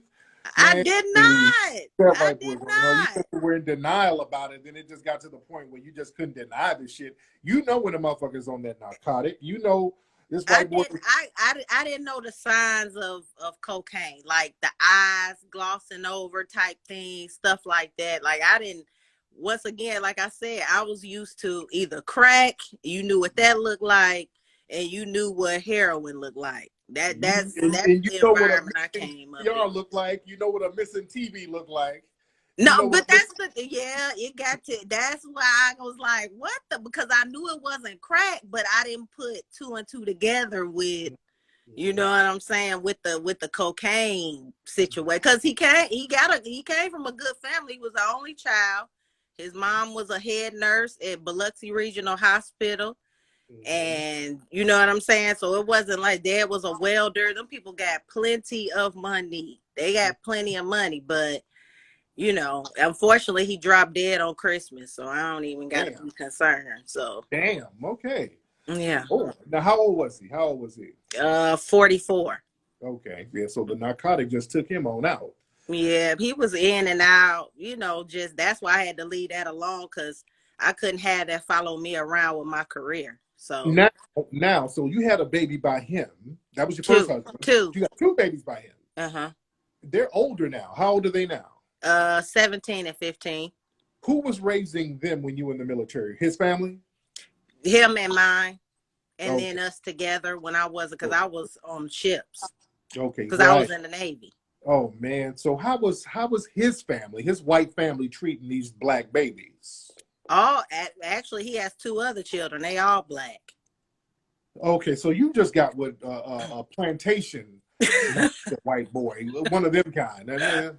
And a lot of that, you got a lot of those white boy Rick DeBarge type of dudes in Chicago and Detroit. I told people about these type that be having babies by black women all over the place. You dig? Yeah, well, he was in Mississippi. This was Right. in Gulfport, Mississippi. So, Okay. Okay. um, And his Mississippi ass family was raising your kids? they didn't stay with them permanently. So they was like they would be back and forth while I was gone out to sea. They would go back out there while I would be gone instead of just sitting down so he could have help with the kid. Are the babies okay? Did they turn out cool? Did the kids turn out okay? My 17-year-old Okay, has that means no. What the 17-year-old has what? he just he takes more after his dad, put it that way. Oh, so he's a coon. Oh no, No, no. well, That means he's a coon, sweetie. You raised the coon. You got no, a baby coon. no, he's not a coon. He's more so a bot. He's a bot. He got caught up in like rapper land type of situation. You know what I mean? He's one of those. He's caught up in 3D life. He's not elevating where he should be elevating to. So Like, what does that mean? What does that mean? What does that mean? that means he has a lot of potential. He just is not. He's not. Uh, he's not reaching his full potential. Like he's letting other things get in the way. Now, What? Like what? Like what? Drugs or what? no, more so bad influence type of thing, wanting to be the rapper type of thing. Whereas my 15-year-old son, he's an artist. He does logos. He gets paid online to do logos, people, companies, drawings, and things like that. So Yeah. they're like two opposites. He took more so after me, and the 17-year-old took more so after his dad. Okay. Know how that can go. And sometimes people's DNAs just ain't meant to mix. And I found that out the hard way. But Yeah. that's facts though. So what did you learn from your stench of bedwenching? I wouldn't call it that I now. would. What did you learn from bed wenching? I wouldn't call it that That was bed wenching. What no, did you learn? Let's stop playing games. What did you no. learn from your stint as a bed wench? What did you learn? We gotta speak truth today. What did you learn? It's just all I learned was some people just don't mix. That's just what it is. Lord, You know what I'm saying? I don't look at it as doing no bid, which it was just a lesson learned because I didn't lose me in the process. I tell you that because if I lost me, I wouldn't knew when to get up and leave on my own. Didn't nobody have to convince me or tell me. That's just a move I made. And you know what I'm saying? I dropped his ass off back in Mississippi, went back to Florida where I was stationed, and carried on smartly with my kids. So there you go. that's what I did. I didn't let him bring me down or ruin my career. I was able to, you see, I was a 15 and 17-year-old, and I managed to retire. I got a pension for the rest of my life. My kids, ain't none of them welfare babies. All 5 of them was, born in good hospitals. And right now, I work for the government again. So we doing quite well. So There you go. that's the point behind that story. Just because you trip up a few times and make some mistakes, my main goal was always, it didn't matter despite on who I was with. The main goal was I had my children, and it was always my responsibility to take care of them. And are you dating anybody now, dear? Are you dating anybody now? When was the last time you dated a white man? Since then, that was the last time. Honestly, that was the last time. I don't believe that. It's the truth. I ain't got no reason. That was not the last white man. You just didn't have a one-off with one white man. I promise you, I did not. That was it. I think I see a jar of mayonnaise in the back right you now. You a damn lie. You don't see no damn mayonnaise on that shelf. You a damn lie. Tariq, don't play with me.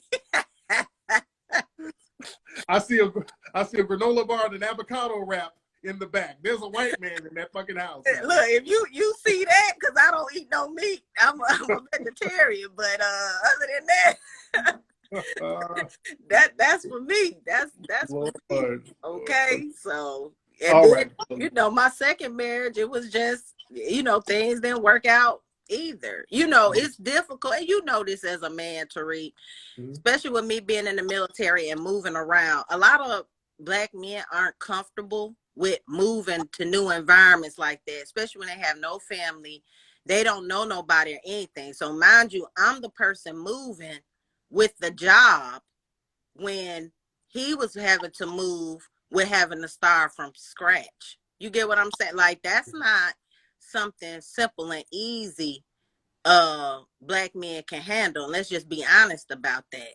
A lot of them don't just pick up and move somewhere where they don't know nobody and they have to, you know what I'm saying, start from scratch. That's not easy. Women move and adapt, but most men don't. It's hard for them to move and adapt when they're not moving on their own accord. Well, people generally, men don't really move for women like that, period. And white dudes don't either. Let's be clear. A white crackhead would. He's a crackhead. So he did crackheads. Yeah, they'll do anything. But, all right. Anyway, let me get back on the line. Thank you so much for calling in, dear. Much respect to you. Bye. Okay. She's a sweet person.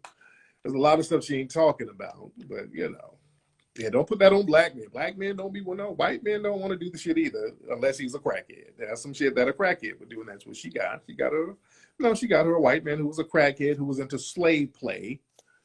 You dig? You understand? Yeah.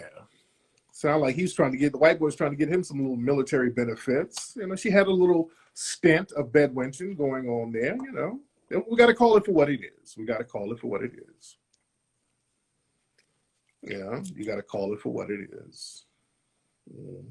But she has a sweet disposition. She's a very nice lady. See?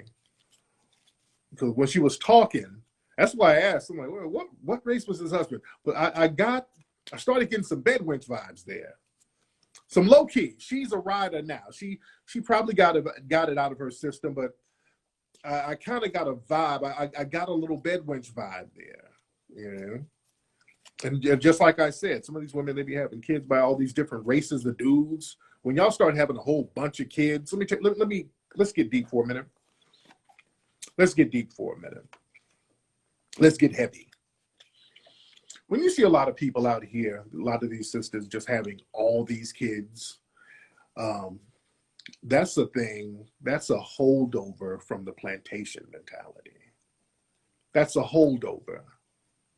That's why when they start having 4 and 5 kids, when they start getting into those high numbers, you'll see the races of the dudes that they're having the kids by. It starts to become buried. You understand? That's a holdover from the plantation. Remember, during slavery, they were breeding people. That breeding farm mentality, especially she's down there from Mississippi, her family's down there from Mississippi. That energy is heavy down there. Let's be real. We've been traumatized, and there's a lot of trauma that we hold over from the historic trauma that was implemented on us. So when you look at certain places and look at certain behavior from the Black people there, I can damn near point directly to slavery. When you look at places like Baltimore, they have one of the highest incest rates with Black people in the country. Why? Because of the breeding farms that was up there in Maryland. There was a lot of breeding farms, big breeding farms up there in Maryland. You go down there to Mississippi, Alabama, these chicks be having babies and babies and babies by multiple different dudes. That plantation mentality, same thing. They were breeding people down there. And it becomes normalized. That became a normalized thing. Now, for a minute after slavery, a lot of us got off that bullshit, but there's a lot of holdovers from that. You look at New Orleans. Now, New Orleans and Louisiana, it was anything goes down there. They were raping a lot of boys down there. Those French slave owners, they were raping a lot of Black boys down there in New Orleans. That was real heavy. You had a lot. We are the movie we're doing now, Buckraking. We kind of go into some of the stuff that was going on in slavery. We actually filmed a lot of that movie down in New Orleans. That became normalized for sexual assault of Black males. And you look at New Orleans, you know, there's a lot of trans dudes and a lot of LGBT dudes out there. That's a holdover, you understand, from that era. Yeah. Yeah, a lot of that stuff, a lot of that historic trauma, because we don't really deal with it because we don't like to talk about it. Yeah, we got to be real about how that shit messed us up. We got to be real about it. A lot of it messed us the fuck up as far as a lot of our interactions and our relationships.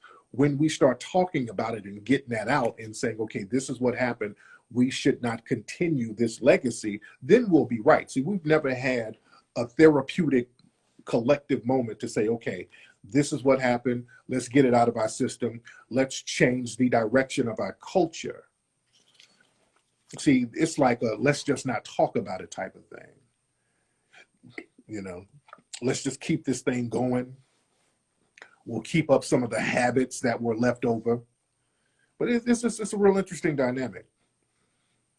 Yeah, the French, there's some sodomy and all that shit, but the French slave owners were a beast.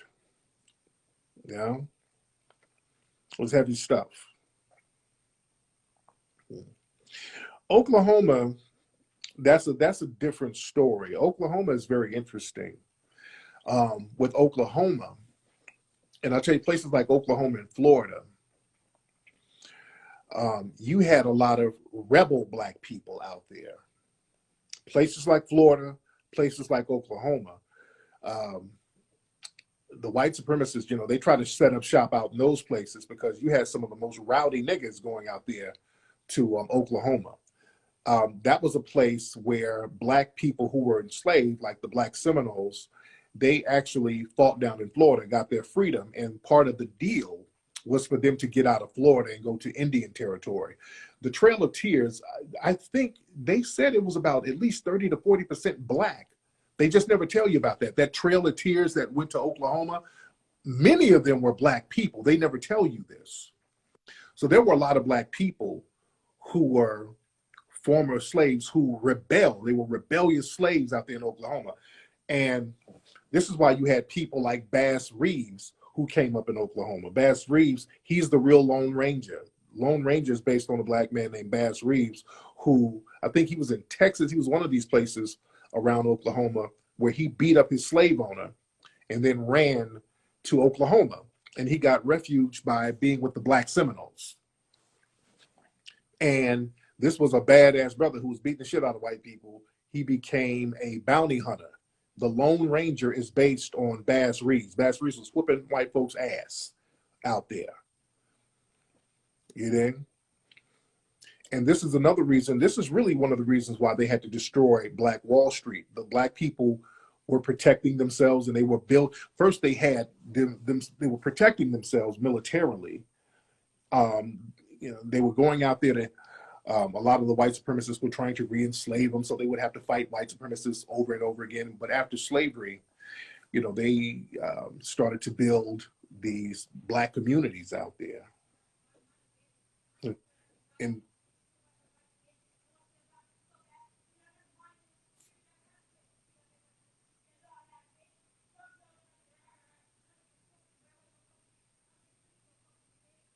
y'all hear that? There's a crackhead outside my spot.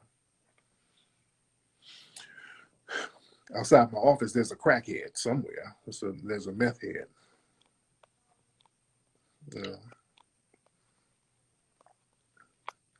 Yeah, there's some. I'm hearing a meth head.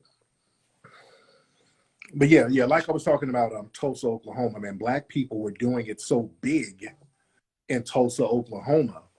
They had to burn that shit down. Let me tell you something about us. Black folks, man, we progressed immensely, and we don't understand some of the degrees of sabotage that these white supremacists they've committed against us. Yeah. We don't understand the degree. Hold on. Who was this? Kimmy, Yana, whatever your name is, get on live. Get on live. Kimmy, Yana, whatever your name is, get on live. Okay, I can tell you're another one of these foreign tethers, because anybody talking about my kids, it's okay, I'm not trying to go live with you. Okay, because you're talking about children and all this old dumb shit. Okay, that's these people who come from these little countries where y'all be letting your kids do whatever. But yeah, she's like asking my kids mixed. See, when folks start talking about kids, that's that foreign tether bullshit.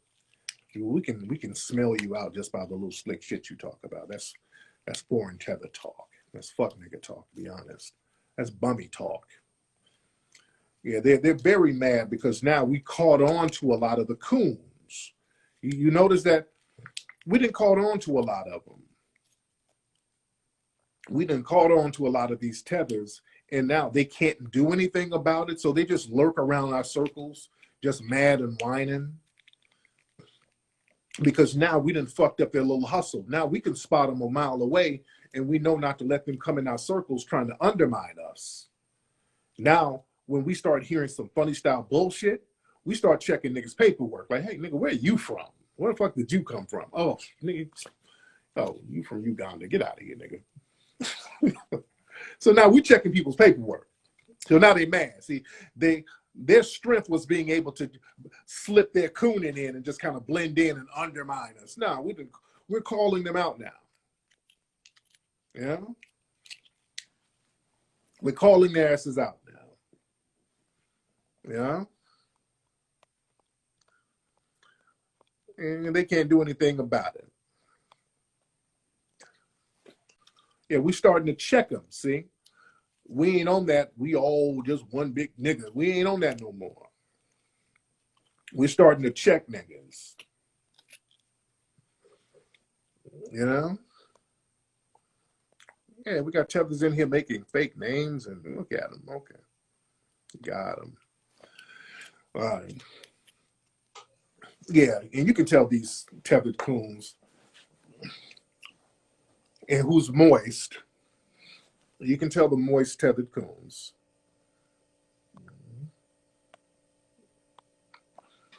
Because they're sitting there with a hood rat with a crooked wig on. And, yeah, I got some of the trolls out. Yeah, I got some of the trolls out of the room. But yeah, a lot of them, you sitting up there, you had to fuck some elderly chick for a green card, and now you over here with a chick with a crooked wig and cake soap, your face yellow and your ass and feet black than a motherfucker, and you're just confused and you, you don't know what to do. You're mad because you can't come around us trying to finesse. Yeah? And we ain't letting you finesse no more. You're not going to come around us with all that finessing. Yeah? So why do the non-FBA chicks have such bad wigs? I was having a conversation with a non-FBA girl earlier on Twitter. We're talking about that whole. I played the clip on my broadcast about this South African chick who came. I think she might be an anchor baby, whatever, but she was talking about going to an American school and how black girls would pick on her over here and all this old bullshit, and how they would call her coconut. And we were pointing out that's not a common name that foundational Black Americans call people. We don't call people coconuts. And one chick was in my comment section like, yeah, I got picked on when I was in school by the FBA girls. They were clowning me because my last name was, African. And they were clowning me because my hair was real nappy. I'm like, well, how is your hair texture really any different from ours? She's like, no, my hair was real, real coarse. No, you were getting clowned because your mama probably didn't do your hair. You understand? Because a lot of these people be making it seem like we're clowning them because of the ethnic difference. They got clowned. Look, in school over here, as we all know, as foundational Black Americans know, let's be very clear. Part of foundational Black American culture, we snap on each other. That's a part of foundational Black American culture. Yeah, she said, first they tried that booty scratcher lie. Yeah, they were calling me African booty scratcher. Stop. Nobody was calling, African booty scratcher. People don't really say that shit. That's some shit they said back in the 80s and 90s. Nobody was really calling, African booty scratcher. Because, number one, nobody really knows, if you're in school, nobody knows the difference. Nobody knows where you're from. We clown you, or kids clown each other for, hey, look at that nigga's shoes, or look at your. We clown you because of your clothes, or if your hair is looking crazy. It's really a grooming thing that you get clowned for when you're in school. But a lot of them, they come over here and there's already a lot of insecurities there because y'all had to leave your homeland and your parents were cooning. So a lot of y'all had to leave your homeland. Your parents were bucking their eyes. They had to kiss ass to get a green card, and then they try to breathe that cooning life into you. And I say, how am I going to dismiss the pain? No, I'm telling the truth. No, I'm telling the damn truth. Because they sit up here and they have this childhood trauma of just regular shit where kids roast each other. But we're friends. When we roast cats, or we roast each other, we're friends with them. Some of my best friends, we roast each other in school. We grew up best of friends. But they be sitting up, oh, that goddamn Akata. He said I was musty. Oh, that goddamn Akata. How dare you call me musty? They really internalize that and take that shit into adulthood with them. And the girl was talking about she was getting clowned because her hair was extra nappy. No, it wasn't that. Her mama most likely didn't do her hair because, they come over and they come from extreme poverty. So they look at, a comb and some grease. Who has that kind of money? We need our saved money. They come over here pinching pennies like crazy. We need this money for food. It's that mentality. You're like, yeah, we you know, you gonna get some money. You get money over here. You ain't back home where every little dime you had to hold on to that shit for food and beans and rice and all this old shit and jollof. This ain't like back home. You gonna eat, get you some sulfur 8 or some Murray's grease or something, and get a little hot comb, get the baby's hair together. But what happens is they don't do the kids' hair. Let's just keep it a buck. Can we talk real? Can we talk real? Let's talk real. Oh, they're mad. I see some in here now. Oh, so they're here mad. I'm telling the truth. I'm hitting the nerve. They're like, oh, fuck you, nigga. Your feet got gout. They're mad. That's mean I'm touching a nerve. I'm bringing up childhood trauma. No, let's keep it real. Nobody was calling you booty scratcher. No, your mama didn't want to spend no money on deodorant or hair grease. They were saving money for food, and then you went to school looking like Samuel L. Jackson, and people were clowning because your hair was looking crazy. Oh, these Akata. Oh, these goddamn Akata. They're clowning me because of my culture. No, you got pellets all up and down your neck. Your mama didn't lube them shits down. Nobody pressed your hair. Nobody put no barrettes in your shit. So you go into school looking like Tito fucking Jackson, and then you got clowned because your mama didn't want to groom you. All right, fuck that Akata culture. You know, she wanted to save money on canned food. So that's what happens. You got clowned because you didn't come to school groomed. You know?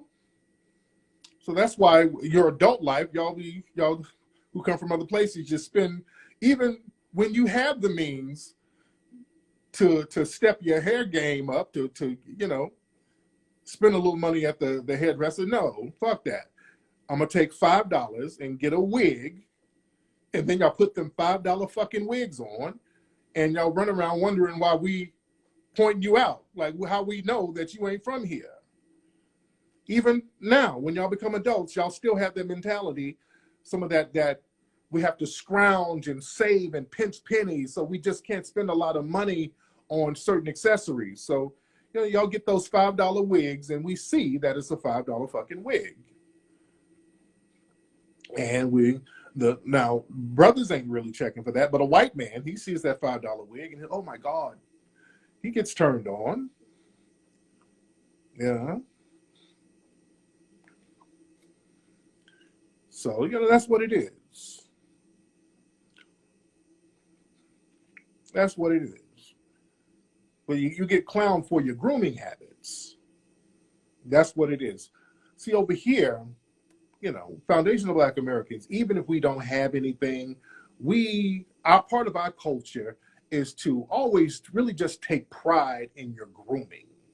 And not saying that my brothers and sisters from the diaspora don't do that. I'm not saying you don't do that. I'm not saying that all of you don't do that. But that's not something that you really put value on. It's like, well, we need food. That y'all really big on food. We got to get some fucking food around this bitch. I've had African friends, I went to their houses, and there's canned goods and ramen noodles just all over the fucking place. Like, we got to stock up on food because somebody's going to take our food. It's that type of thing. No, we going to eat. We good, man. Let me go down to the barber, get a nice taper. Let me go get a little press and comb or whatever. Yeah, we're going to look good. Whatever we do, even if we, you know, we got $2 to our name. We're going to make that $2 work. We're going to walk out the house looking like $1 million. You know? We're going to walk out that house looking like, I think we pride ourselves, no matter what you have, you can still go out of that house groomed, pressed, and fresh. You're going to be fresh. You're going to present yourself a certain way. You're going to walk out that's a part of foundational Black American culture. We're going to be fly. We're going to be fly. You know? You want to Google my network? Well, how come you don't get on, D? I've offered to have you on, but you won't get on. You just get on, D, and you can Google my net worth. You can Google how much my books have sold. You know? What's up? Hello? Hello. Okay, sweetie, you got to turn your light on. We're not I going don't to have to do anything. I'm just here to say that you Okay, have a okay. lot of, Why are you hiding? you Why are have you a, hiding your because identity? I don't want to, my brand is not in line with your brand. So I'm not going to put myself in the light of day for you. I just want Well, to have a you few that words means for that you. you can't stand by your How do you word. make That money, means Tariq? you can't stand by your Tariq, word. how, I don't, I'm talking and everybody can hear me. You can't stand by your word. That's fine. Tariq, how do you make money? Ma'am, first of all, why is your voice so husky? You have a very husky voice. I have Are laryngitis. you a man or are you a woman? You Are you sound a very. woman? You have a woman's hairstyle. That's okay. Go fix your hair. Tariq, how do you make money, honey? Ma'am, your dick is Sir, bumping up against the phone, how do you ma'am. make Ma'am, money? your dick is bumping up against the That's phone. what you've been, I've Ma'am, been your trolling dick, you all night. ma'am, That's the I best hear you've your come balls up with. jiggling, And ma'am. for I 1 hear hour your I've been balls talking jiggling, about you, ma'am. and that's the best you can come Ma'am, up with. I'm respecting you as a woman, ma'am. Sir, you Ma'am, have a woman's hairstyle. What is your level of ma'am, education and how do you ma'am, make money? your balls are jiggling on the Yes, phone, ma'am. honey, that's the best you can Ma'am, come up with. yes, ma'am, So, but ma'am, can you answer my question? ma'am, Okay, that's ma'am, fine. please. Answer my question. Your voice is very husky. Answer my question. How do you make Ma'am, money? ma'am, A lot of people want to know how you make money. ma'am, I want to know How do you make how do you money, sir? keep your balls from jiggling? Actually, honey, how do you make money? How do you keep your balls from jiggling? How do you make money? Why do you have that woman's hairstyle in your hair? You have twists. Those are not even braids. It looks terrible on you. And You're 50, 60 you years have old pubic hair with around your nuts, twists. ma'am. With Ma'am, you twists. have pubic hair around your nuts. You So which one? wish, you wish, you wish. The hair on my head looks like the hair on your balls. Which one? Okay, that's the best you can come up with? Yes. Your That's, balls, yes, your very balls, basic. your balls You're a have basic goddess bitch. twists. You have You're a goddess basic twists on bitch. your balls. Anyway, okay, let's get to subject. Turn My the light question on. is, You won't turn the can you light on post for your a cash reason. app? You won't turn the light on for a reason. You're a man. Can you post your cash at app? least admit to being a man. There's nothing You wrong. have Man cheeks up. like a woman. You're Why a don't you man lesbian. up? You look like a Sir, lesbian, sir, why don't you man ma'am. up? You Sir, have a woman's man hairstyle. up. How do you make money? I uplift men like yourself. I Oh, uplift that's so strong brothers wonderful. like you. That's what That's I do. really wonderful. How do you make money, I Tariq? uplift my brothers Tariq, like that's yourself, my only question. I want to know how you make money. by uplifting the black man like yourself. That's what I do. Okay, thank you so Message much. to the black man. Okay, and I'm here to uplift black The women like message to the yourself. black man was about I'm you. here to uplift black women like yourself. I love your hairstyle and your high cheekbones. Sir, You're so you don't beautiful. Want me to see you don't want You me make to a see your very razor ugly bumps. woman. You don't want me to see your razor bumps, sir. Okay. All right, sir. How come you won't turn the light on, sir? Tariq, how do you make money? Turn the light on. Tariq, how do you make money? Okay. Answer me that. If you tell me, if you give me an honest accounting of how you make money, I will turn the light on. Do you sit up here telling people you're a woman? Excuse me, sir. Can we stick to topic? How do you make money? Darnell, listen. Darnell, listen. Excuse me, Darnell. Taranisha. That's the best you got. Darnell, Taranisha, how do you make money? Darnell, can you turn the light Taranisha, on? how do you make money? I wipe up your sweat at the YMCA because you're a man and you go to the Taranisha, YMCA. how do you make money? You're a young man. Taranisha, how do you make money? Yes, I'm a man. I'm a man. So how do you make money, Taranisha? Wiping up your sweat at the YMCA. Taranisha, how do you make money? I'm a prostate doctor and you're one of my clients. That's how I make money. Oh, that's so funny. That's very funny. Turn your light on, Darnell. Taranisha, tell me how you make. If you tell me how you make money, that's what I've been asking. Your woman impression is not that good. Excuse me. Your voice is too husky. Taranisha, how do you make money? Your voice is too husky. I think how you make money, you come on here, you created a brand for yourself. It's the same identity politics that Trump uses. You hate on black women. Your voice is too husky, sir. Barry White. You hate on black women. Barry White. I'm sorry. Okay. That was a very angry man. That was Darnell. He didn't turn that light on. He's trying to pretend to be a woman. That was a strong brother right there. Yeah, he wouldn't turn that light on. He's trying to pretend to be a woman. That's a big buff nigga. Okay, that's why he wouldn't turn that light on. That's not a woman. So how do I make my money? I make my money. I'm a assistant prostate doctor. And that nigga is one of the clients. That's where I make the money. I work at a condom factory and we send shipments to his ass. That's how I make money.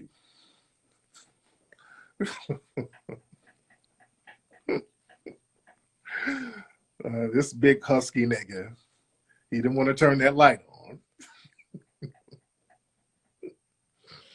Nigga, this nigga, oh, this Mitch the bitch. Oh, Lord. I see Mitch the bitch in the room.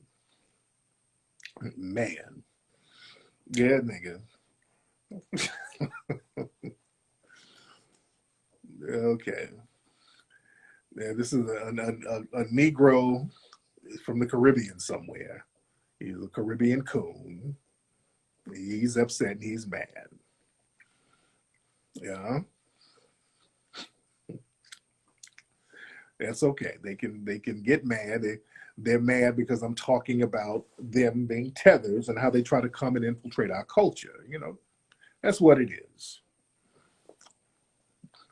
Yeah, they like to waste time. We call them TWTs. These are time-wasting tethers. Yes, he was very angry. See, they're mad. What's up, Takara? How are you, dear? They're very mad because we're calling them out. So they try to change the subject. They're very mad because we keep calling them out. Now, when I start talking about, you know, some of the immigrant kids growing up around FBA, that kind of touched it. That hit a nerve. That kind of hit a nerve because, you know, I'm bringing up childhood stuff. I'm bringing up childhood trauma. How much money you make? You know, okay, stop it. You know,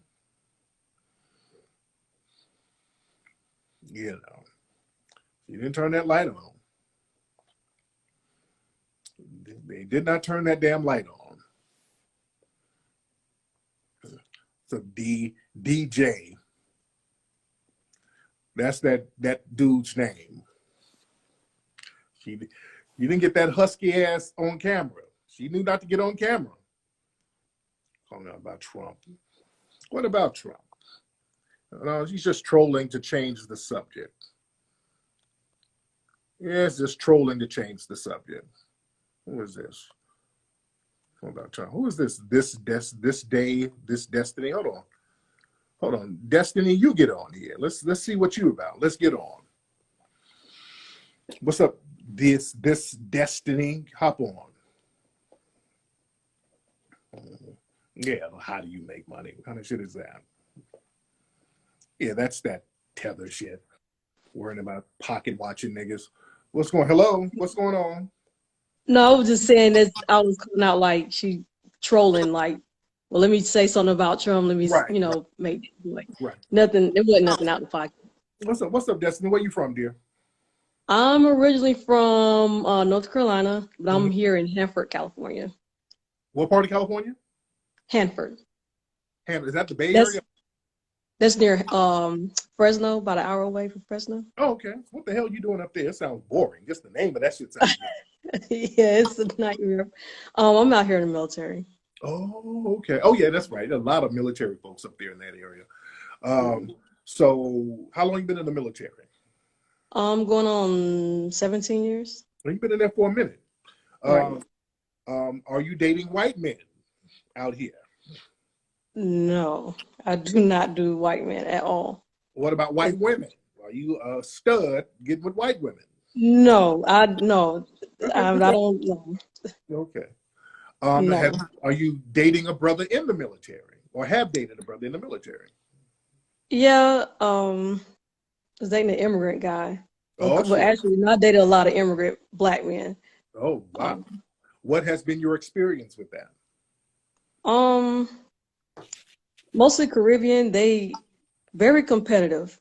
Had to learn the hard way. You know, I couldn't figure out, you know, why the relationships were kept, you know, failing, because I end up learning that, you know, it was a culture difference, a major culture difference. You know, they just didn't do things the way we did things. Like I said, competitive. They felt like they was entitled. You know, it's about me, and I'm just like, but you know, FBA, we work together, but Right. nah, they not on that at all. So Yeah, you know. a lot of them are. I feel you on that. But anyway, thank you so much, beloved. Hey, thank you. Okay, my phone is about to die pretty soon. Yeah, she done got with some Caribbean coons, you know.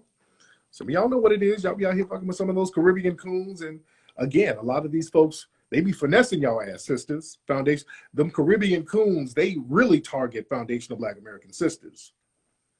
They finesse the hell out your ass. Yeah. Yeah. No, I gotta ask. We're gonna ask. She was a sweet girl. Very sweet girl. Very sweet girl. Very, very sweet girl. Yeah, my phone. Yeah. So y'all be trying to get me to stay on here forever. There's a lot of people in here. We got damn near 1,500 people in here live. We're in here. And I hope everybody's following me. I hope everybody is following me on here.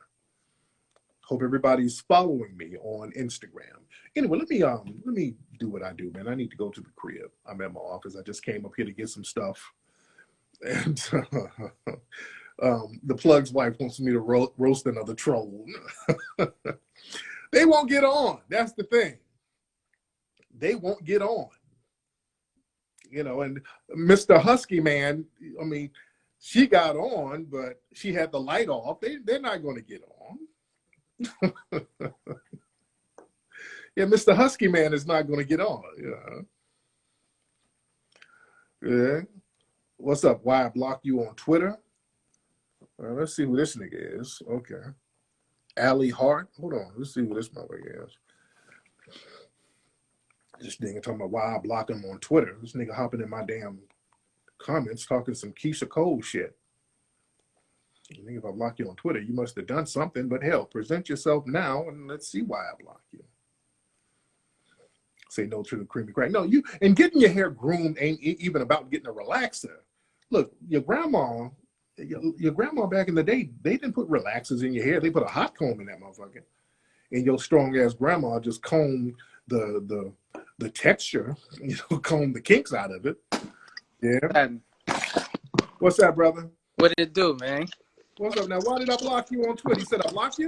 Yeah, bro, I don't know why. I rock with you 100%, Now, what did you do? What did you did something. What did you do, brother? I really didn't, dog. I really didn't. I rock with you 100%. Like, your serious hidden colors really put me on to a lot, you know what I'm saying? No doubt, but I'm trying to see if I block you. Yeah, I don't know, dog. I'm telling you. I just asked. If you said something slick, or you probably were mentioning somebody else, but were tagging me. I might block somebody for that. If they're mentioning me a lot and they're tagging me and I'm not in the conversation. Now, where you from? You don't look like an FBA. Where you from?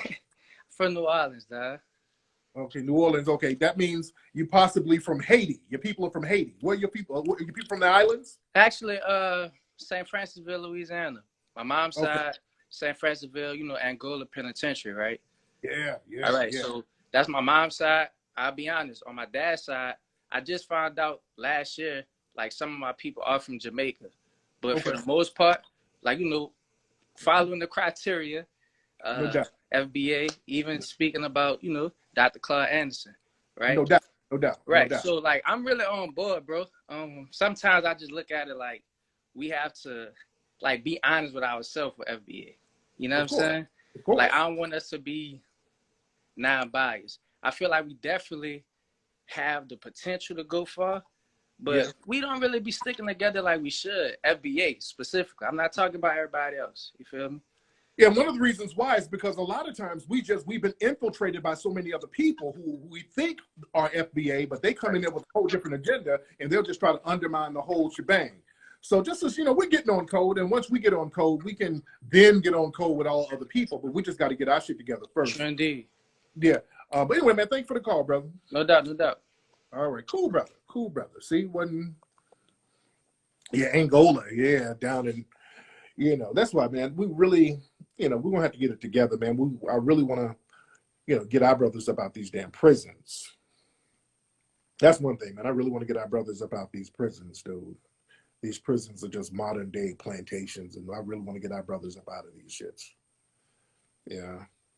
But anyway, man, let me get up out of here. It's been real. I wasn't planning on chopping up game with y'all asses this long, man. But much respect to everybody. Shout out to some of our foreign brothers who are just showing respect to the culture. Much respect to you guys.